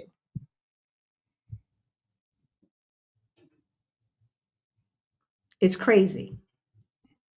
It's crazy. And we have put up with it. That is not normal. And it's so not normal that I really forget I don't tip anymore for the most part. Like I treated my friend to a massage the other day, and our masseuses are young Black women. I tipped them. But they are feeling all over my body. So I want them to be happy when I show up. I tipped them, right? Yes, we know someone was killed in Cascais a couple of months ago. That was one of the 4 incidents that we heard about that has happened, I should say, in the 4 years that we've been here. It's like, so we've had 4 gun incidents since we've been here for 4 years. That happens in 5 minutes in the United States. Okay, so let's keep it in perspective. There's going to be some violence everywhere, but ain't no place that we've been to as violent as the United States. And it shows up every single day because it doesn't have to be a gun. It can be this woman who thinks that you cut her off. And now she's yelling and screaming at you in the parking lot and calling the police and saying, "Oh, I feel threatened and he's a black and I feel threatened," and all of that. That's violence too, and can get you killed. Right? That is not normal. It's not normal, and it doesn't happen most other places.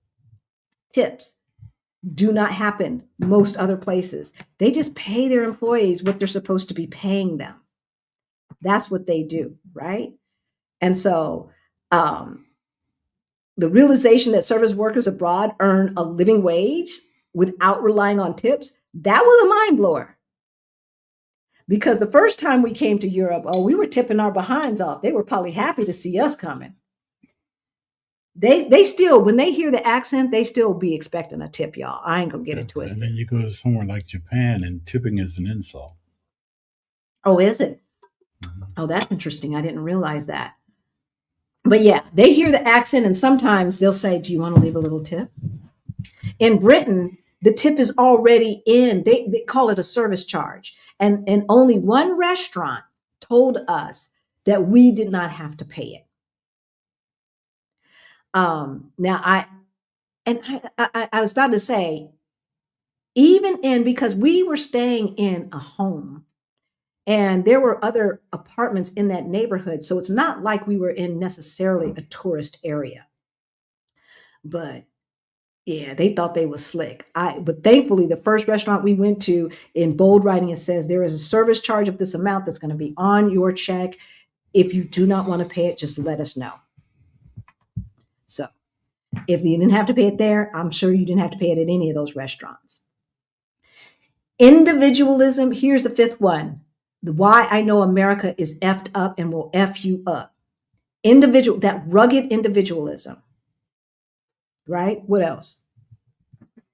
Individual social isolation and meanness, extreme individualism. Right?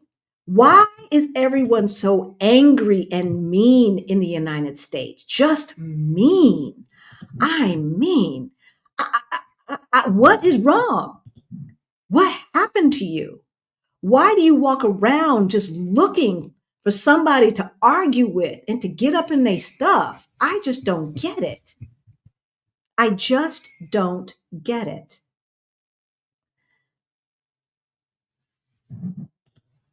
I have 2 sons that I'm more concerned about always, right? I'm encouraging them to leave the country and live outside of the United States. My youngest is listening and has his passport. Eldest won't get a passport. You sound like our family. We were just talking about that, yesterday or the day before? Mm-hmm. What are we going to have to say to get the rest of our kids to get passports? It's like y'all living in it. We're just watching from abroad at nonsense that's going on at ICE agents acting like friggin' Gestapo type, slave patrols. Let's call them what they are, acting like slave patrols. I do not feel safe here in Texas. I would not either. The reason why my daughter left Texas is because she never felt safe being LGBTQ. Maybe in Austin, and that's probably it. Maybe in the heart of Dallas. But other than that, and I know you voting for Jasmine. Y'all heard what Tallarico said about Colin Allred, right? You heard what Tallarico said about anybody whose residency is in Texas. Google it. Google it, because they take your ID plus take your picture. Yeah, they do. Talking about going through immigration. My voter's card had to be changed back to Democrat. They kept putting me as a Republican. I know some people who register Republican so they can vote in the Republican primaries and try to vote for the worst person. Yep, I know some people who do that. What about the information about Epstein and him wanting to do something to the former Pope? Did I hear about that? Did you hear about that? I'm not sure I heard about that, Greta. Mm-mm. Oh my gosh. What is with, well, we already know what happened to the Pope, the former Pope, right? JD showed up and killed him. He did a mind meld or something. He shook his hand. That was it. And that was it. Oh my gosh. I mean, I'm halfway joking, but I do believe people bring bad energy with them.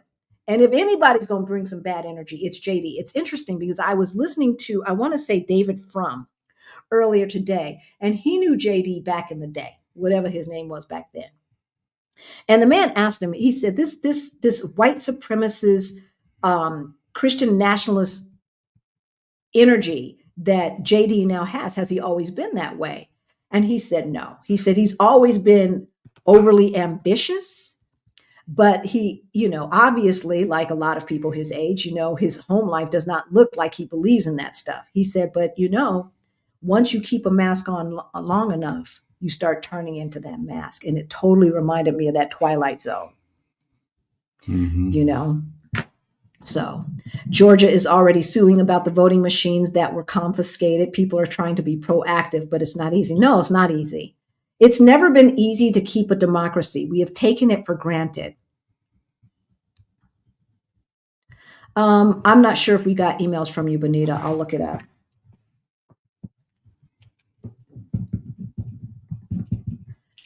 I'm going to be honest, it's hard to keep up. Ludwig is such a liar.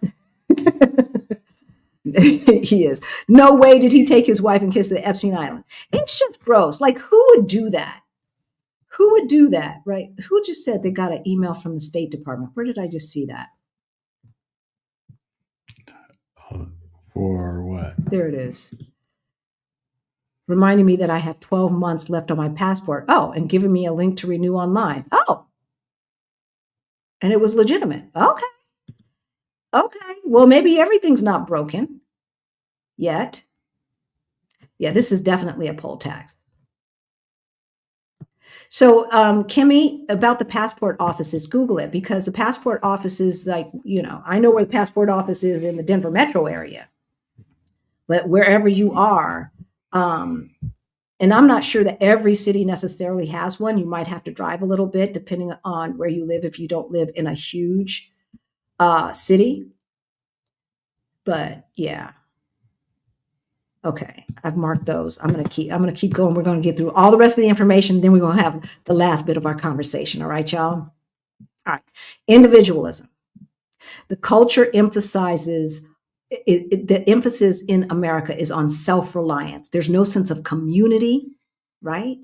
There's this dog-eat-dog, crab-in-the-barrel mentality where everybody is in competition, where there is a mindset of not just extraction, but what's the word I'm thinking of? Of lack. I can't think of the word that I'm thinking of, but of lack, right? Like there's one pie. There's just one pie. And if he gets a slice, there might not be a slice for me. That's America. And that they want to keep you thinking that way so that they can keep you enslaved to them jobs. And then you try and tamp down your angst and your anger about being used this way by buying things, right? To make yourself feel better, to make right within the social stratus, or just as therapy, shopping therapy, right? This is why people are so lonely in the United States. Right. It's funny because when I had my my birthday party here in Lisbon, and I was showing some video clips to one of my good friends in the States, she's like, dang, Halisi, she says, looks like you have more friends there than you had in Denver. And you've been living here for 25, 30 years. I'm like, yeah. Yeah. Because for several reasons. for several reasons. But one of the biggest thing is that people here are in community. We are not in competition with each other. Ain't nobody trying to keep up with the Joneses. Nobody talks about jobs. Nobody talks about money, like in a yucky way. You know what I'm saying? I have no idea how much money my friends have. I have no idea. No idea. Because we just don't talk about it. We just don't talk about it. We talk about friend stuff, between politics to movies and everything in between, and music and where's the jazz festival at and all of this stuff, and a little bit of gossip, right? But we have community, true community. And this collective approach to problem solving is always better. It's always a better thing, right? We can get into our WhatsApp groups, and if somebody has an issue, we are all crowdsourcing the solution. Mm-hmm. Right? It's not about the individual. It is about the collective. It's about humanity. And I don't know, like, besides the fact that that's so anti-American, this rugged individualism was meant to make sure that we were always oppressed, that poor people, right, and people of color are always oppressed. Because if we're not helping each other, right, it's hard for us to gain power.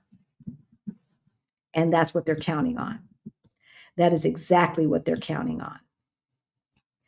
Media Mama Chick says, thank you. I'm in the DMV area with my high heating bill. Ooh, should I bring converter adapters for my phone, small lamp, etc.? And is the metric system and day, month, year calendar system there? I think this is crucial for filling out paperwork. So yeah, it is metric system here. And the calendar is it is day, month, year, not month, day, year. Yeah, not month, day, year. So yes, it's day, month, year here. And in most other places that I've been to, it's day, month, year, because my Spanish tutor uses that format as well, and she's in Venezuela. As far as adapters go, for small lamps and things like that, I just wouldn't bring anything that has energy surges, like blow dryer, clippers, things like that. You would definitely need a converter for those. A lamp, an adapter is fine. Yeah, and charging your phones. A portable converter works just. Yeah, it works fine. Works fine. You don't need a big converter. Exactly. Ours are about this big, right? And when I had my clippers from the United States, I'd have to use that converter, but still, it just didn't sound exactly right. So I just bought a set of clippers here. Okay. I don't use a blow dryer because I ain't got no hair. So, but in any event, yeah, a simple converter will do. I would still buy a simple adapter will do for a lamp and things like that.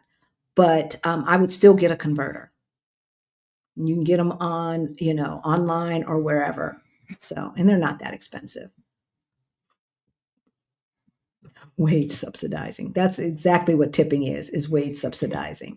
So thank you, Media Chick, for the donation. We really appreciate it. As you know, it goes to our scholarship fund for Beyond the Bling. All right, we're going to keep it moving, and then we'll get to all the rest of your questions and let you go.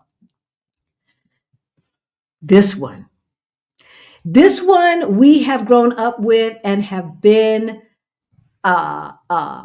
brainwashed. All right, sweetie, tell them what it is. Patriotism, propaganda, and the greatest country messaging. This cult-like patriotism. When immigrants come to America and they see all these kids putting their hand on their heart and pledging allegiance to a flag, it's weird, y'all. It is weird.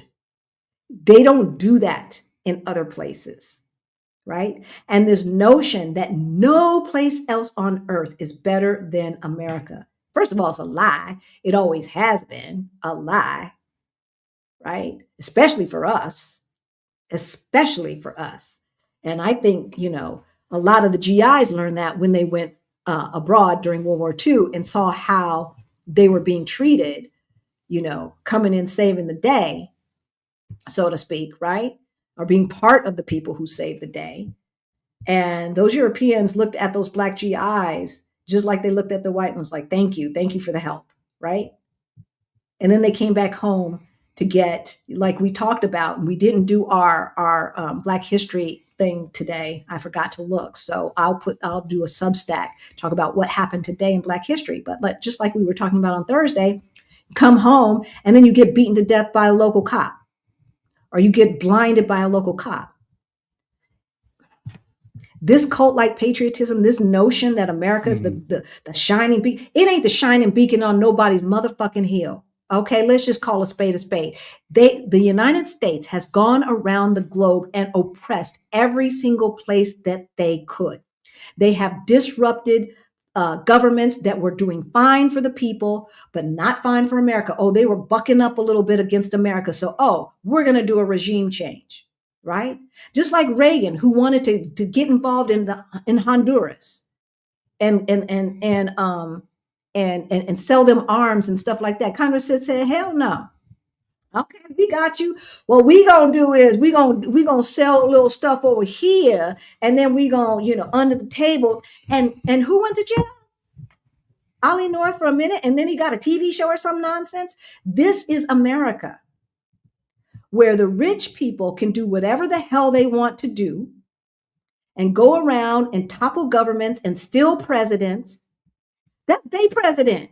If they can't get rid of their president, then they have to be stuck with their president. It is not our job to tell Venezuela who they can have. And we've got the audacity, the unmitigated gall to say, well, we're protecting democracy. Protect democracy at home, MFs. That's what you need to do. That's what you need to do. Clean up your own house first. We don't even have democracy in the United States for every human being that is on that soil. And you got the audacity to be going around to countries in South America and places in Asia and other places, acting in Africa, of course, acting like a zip damn fool, trying to act like Big Brother, like you know so much. We've got territories who are being taxed without representation. Half the stupid ass motherfuckers in the United States didn't even know Puerto Rico was America.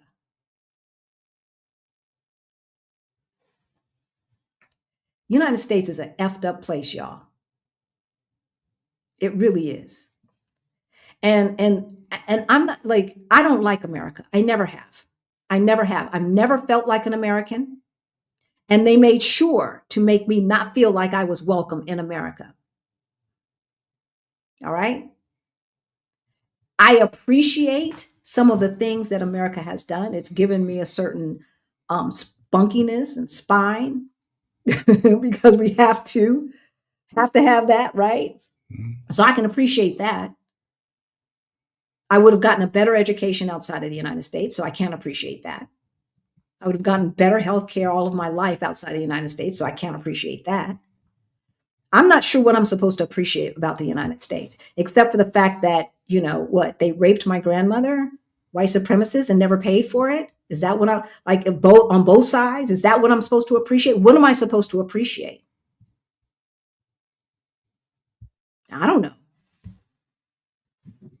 But in their minds, we should be thankful that our ancestors were on that damn slave ship. In their minds, that's what they're saying. Because otherwise we'd be in one of those shithole countries.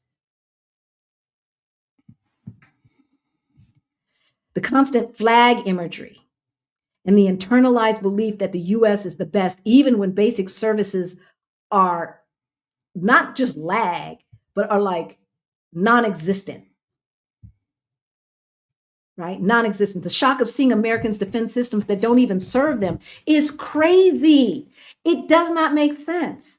It does not make sense to see all of the people who vote against their interests time after time after time after time after time again, as we continue with the deliberate dumbing down of America.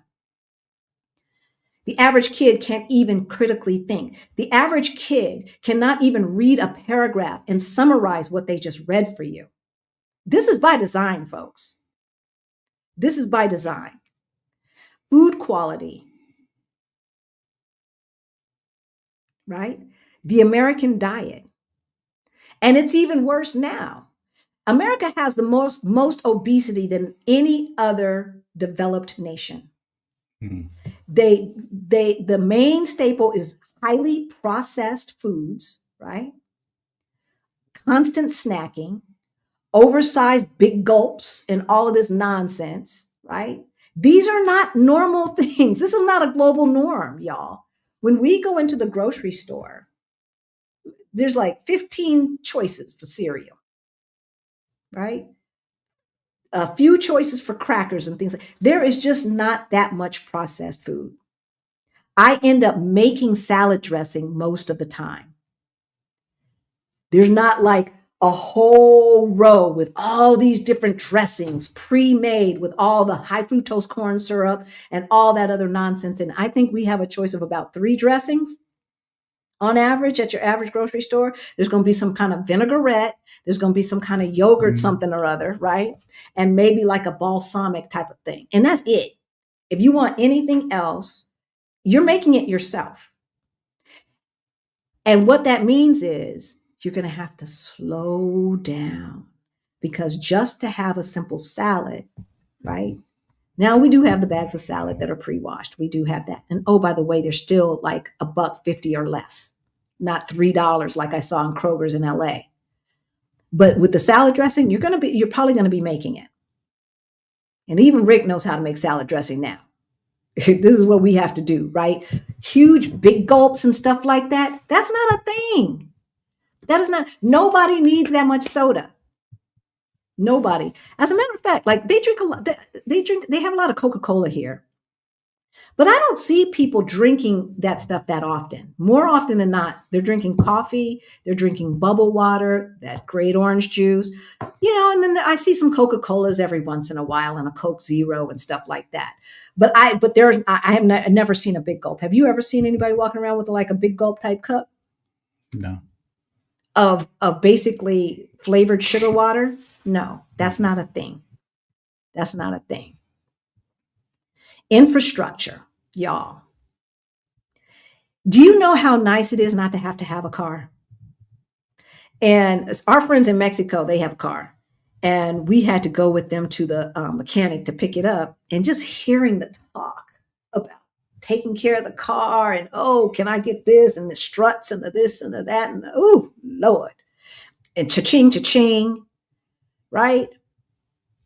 And then you got to have insurance on top of that.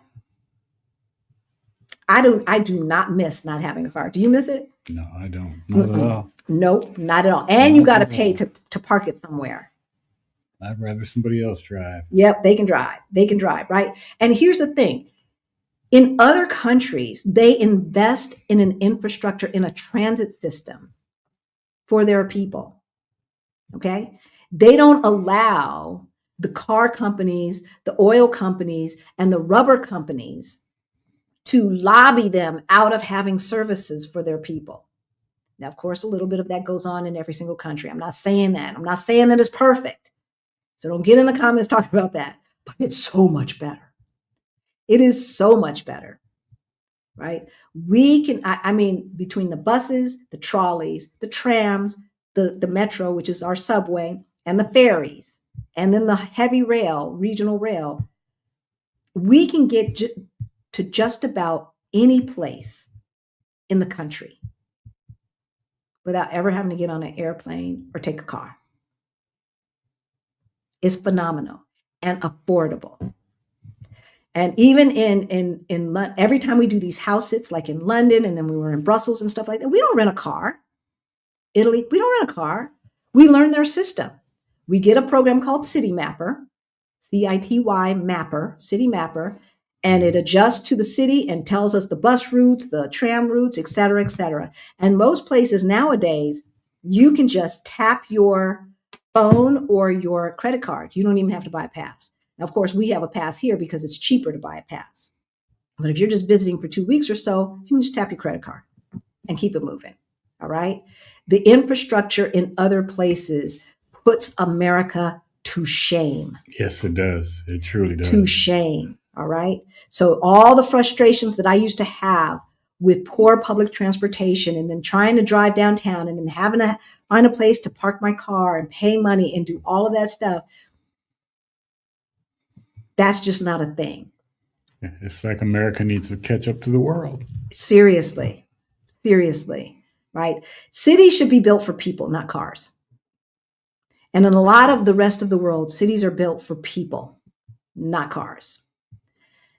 Education, school culture, early conditioning, school security. So they have security at the schools here, and the gates are locked. But there's somebody in a booth, and you check in with them, and then they send you in. I don't see armed policemen walking the halls of the high school. That's the only place I've been into. It's not a thing. I've seen it in America. You know, now they want to arm the teachers. Let's see how that works out. I really want them to try that somewhere. Someplace like Oklahoma. Oklahoma seems like the type of place that they would try that. Just arm them teachers. Let's see how that works out. Let's see if a kid gets a hold of one of them guns. These people are so short-sighted and just ridiculous. With the, like, how in the world is that a solution? And it seems like something just happened recently where the good guys had a gun and didn't they get shot or the gun taken away or something? I don't know. I can't remember now because so much stuff happens in America. You just can't even keep track of it. The shock of active shooter drills and the normalization of large student debt. Y'all, you can get a 4-year degree here in Portugal at an institution that speaks English for about 5,000 euro, all in. Maybe it's a little bit more for some books or whatever. But that's the tuition, all right? We're talking about 1960s prices. Because when I was in undergrad, we were paying $7,000 a year at Loyola, a year. So, and that was out room and board. That was just tuition. So $5,000 for all 4 years. Having loads of student debt, graduating with $35,000, $45,000, $55,000, $100,000 of student debt, that is not normal. That is not normal. Other places are not, their kids are graduating, they ain't got it like that, right? They get to start saving for their house or what have you, right? Oh, CK, you didn't know what Tallarico said. He told this Black woman that he thought that he was going to be running against a mediocre Black man and not this strong Black woman. That's what he told her. And he felt comfortable enough telling another Black woman that a former NFL player, a former congressman, and a civil rights attorney is a mediocre Black man.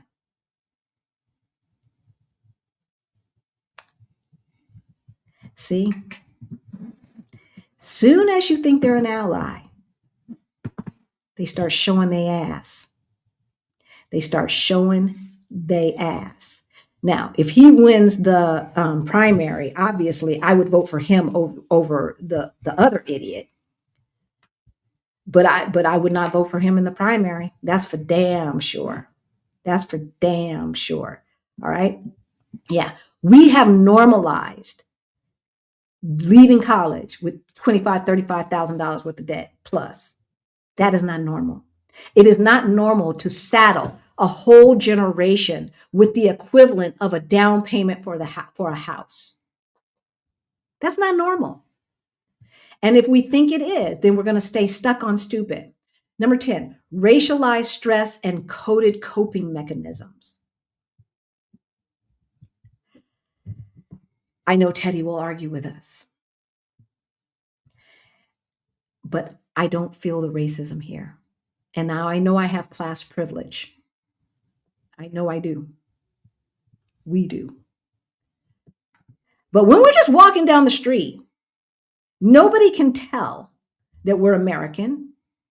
Most people assume that we are either Portuguese or African and speak Portuguese. Okay. Wherever we are, until we open our mouth, we're just some Black people. Okay. And I'm going to tell you, I have never felt singled out. Our landlords are not Black. They physically look what we would call white, right?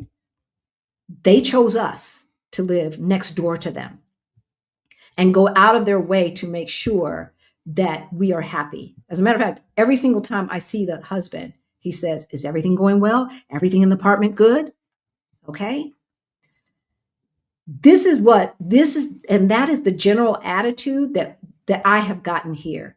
That is the general attitude that I've gotten in Mexico. That is the general attitude that I got in Thailand. That is the general attitude that I got in Colombia. Now, my tutor says they have more racism in Colombia. But again, it's class and then race. So if there's two poor people and one's Black, the Black person's going to get treated worse than the white person. But if it's a rich Black person, then they get treated just like the other white people. You see what I'm saying? Racism is global, but it is not lethal everywhere, right? They're not chasing our babies, our 14, 15, 16-year-old, asking, why are you walking in this neighborhood, and then following you, grown ass men following you for blocks and blocks and blocks. I'm surprised that boy didn't pee on himself. And then the fucking go get a gun. We don't have to worry about that in most of the other rest of the world, y'all. That is not normal. There are fluke incidents, of course, but this is the everyday occurrence in America. And y'all have normalized it, and you're sitting out there, right? And trying to justify and say, well, shit happens everywhere. Not like that. Not to that extent, and not that often. No, people, no. No, it just doesn't. It just does not. All right. And so we say that to say, we're telling you these things and other people are chiming in because we don't realize how much we've been indoctrinated into thinking that what happens in the United States is as good as it gets. And we're here to tell you that there is a better life outside of America, and especially for Black folks, especially. All right. If you haven't hit that like button, please hit that like button. And if you find this information valuable, share it. Share it with a friend. All right. Okay, Chris. Oh, wait, this is not Chris. This is, I'm not going to say your name, but it's, she's using Well, don't tell she's using her husband's account. Well, she keeps reminding me in the comments. You don't have to tell the world that. She keeps reminding me in the comments. That means she's telling the world. Okay. She tells the world in the comments. So I want you to know that I remember, but I'm not going to say what your name is. All right. So how do I convince my man and 2 daughters and 9 grandchildren to leave? Baby, I'm going to let you take the man. If he's just so much against it, he's against it. You know, it's just trying to figure out. I don't know him, so I don't know where his mindset Why is he against it? Yeah, I mean, right? You know, does he think he's missing out on something by leaving, or does he? A lot of times, it's just scared of the unknown, scared of something new. He's scared. I bet you it's fear. Because I don't see how a Black man in America can say this is as good as it gets. I just don't see. And then a lot of times, you know, we have to make the move first, and then the kids will start to say, oh, right? It might have to be that. You might have to put your own mask on first. And I would not, like, if it were me, I would not wait for my daughters to get a clue. I would not. No. Because that's not going to do me any good, and that's not going to do them any good, right? I couldn't care less what our kids said. There was nothing in the world that I could care less about than their opinion on where we should live. unless they had something to add to the conversation. There wasn't just some fear mongering, right? Mm-mm. As far as spouses go, I think everybody should chime in, you know. But the biggest thing is that if and okay, I'm gonna say something. Let me take this down. To me, the way to convince your spouse is to have them watch us. And see, two, Black folks of a certain age living their best life at a fraction of the cost in a place that people vacation. If they refuse to watch, then you probably have other issues in your relationship that you need to address. Because if I asked Rick, sweetheart, I want you to watch something, I know what he's going to say. He's either going to say, okay, in a minute, or show me. And I'm going to do the same, because anything that he is saying is going to be something. Well, first of all, I respect him. So whatever he's suggesting, I have to at least listen and give it a try, right? That's how we roll. And I think that's how every relationship should roll. And if your relationship is not, like, if they're not even willing to watch a damn video, you've got bigger problems.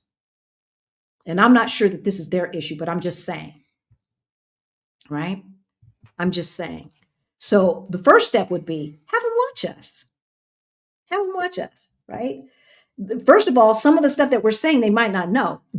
Some people are walking around in la la land and don't really realize that America is literally one step away from 100% authoritarianism.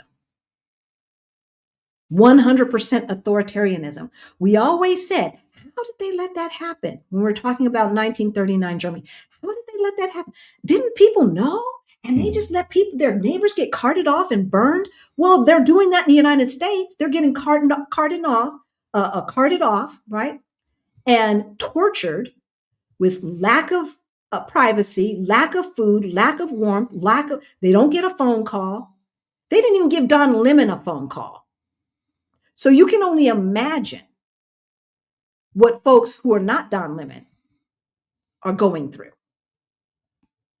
So they're doing it, and we're sitting there and we're letting it happen. Just like they let them cart off the Jews and the people in the unions and everybody else that they carted off, POCs back in the day.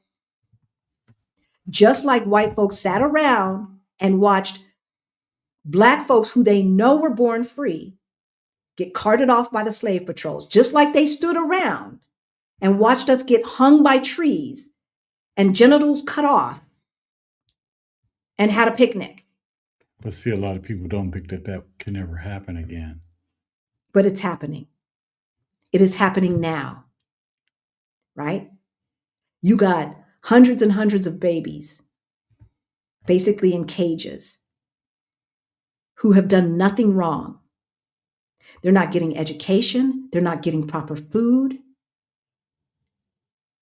And people are dying. So it is happening, and it is happening now to our neighbors.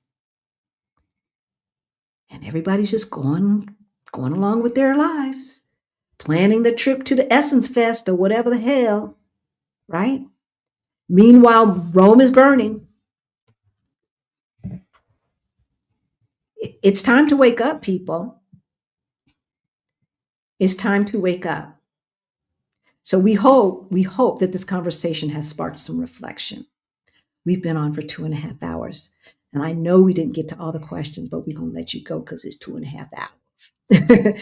It's crucial. It's really, really crucial to recognize the mental toll that American life has on us. All right. We want you to be healthy. We want you to realize that time is of the essence, and that the stuff that even under good circumstances, let's just say Kamala had gotten elected, we probably still would be doing this same video. We just wouldn't be talking about Pam Bondi and the concentration camps that are happening. But all the rest of the stuff would still apply, right? The food is still crap. It'd be a little bit better because they'd still have a functioning FDA, but it was always crap. I mean, you got fruit with no seeds. It's weird. What is this stuff? This is not how God made it, right? You still have out of control tuition had she been elected. Might be an increase in Pell Grants, so you ain't $100,000 in debt. Now you're only $50,000 in debt, right? There's still that culture of rugged individualism and healthcare costs out of control.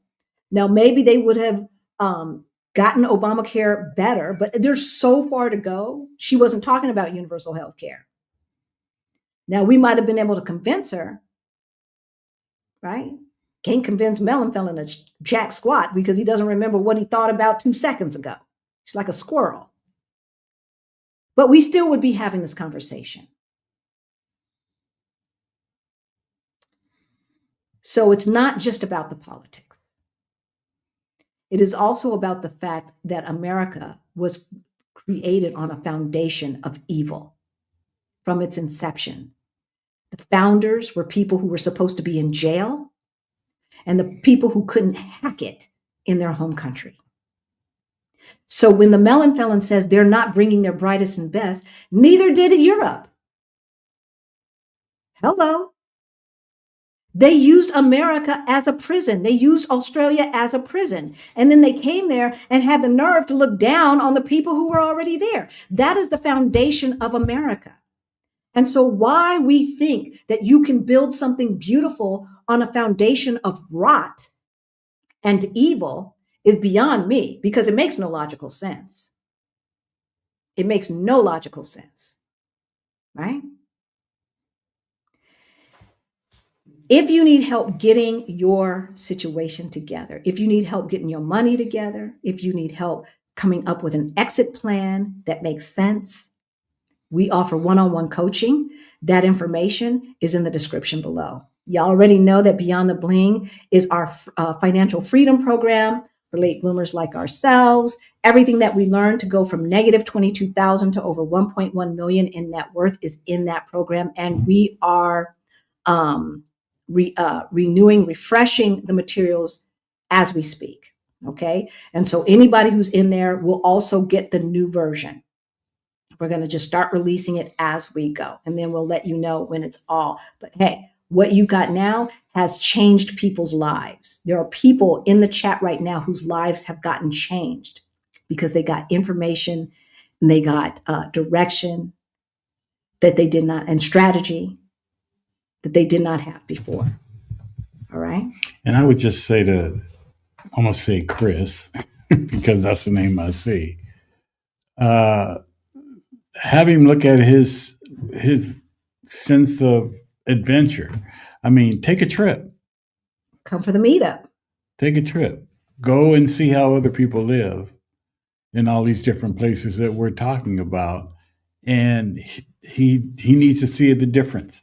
Exactly. Because that makes a whole lot of sense when you can sit there, when you can go to Belgium. And not that I live in Belgium, but Belgium is a beautiful place. Oh, it's gorgeous. But it's gorgeous. To see how families interact outside of the United States and do things outside of the United States, how different life can be outside of the United States. And I know Teddy's he's lived outside of the United States, lived in Portugal, but that was a while ago, and things that was a changed. Long time ago. Things change. So yeah, things change. What was you true have to be adventurous. You have to want to try to find something that's better and not be afraid to try. Exactly. That was my mama calling, y'all. I'm sorry. I'm gonna have to call her back. But yeah, you know, I think that was the biggest thing. And it was really, it was evident the first time. I don't know. And here's the thing. You don't necessarily notice this stuff when you're on vacation because you're not looking for it. Okay. When you go to different places, I want you to be travelers and not tourists.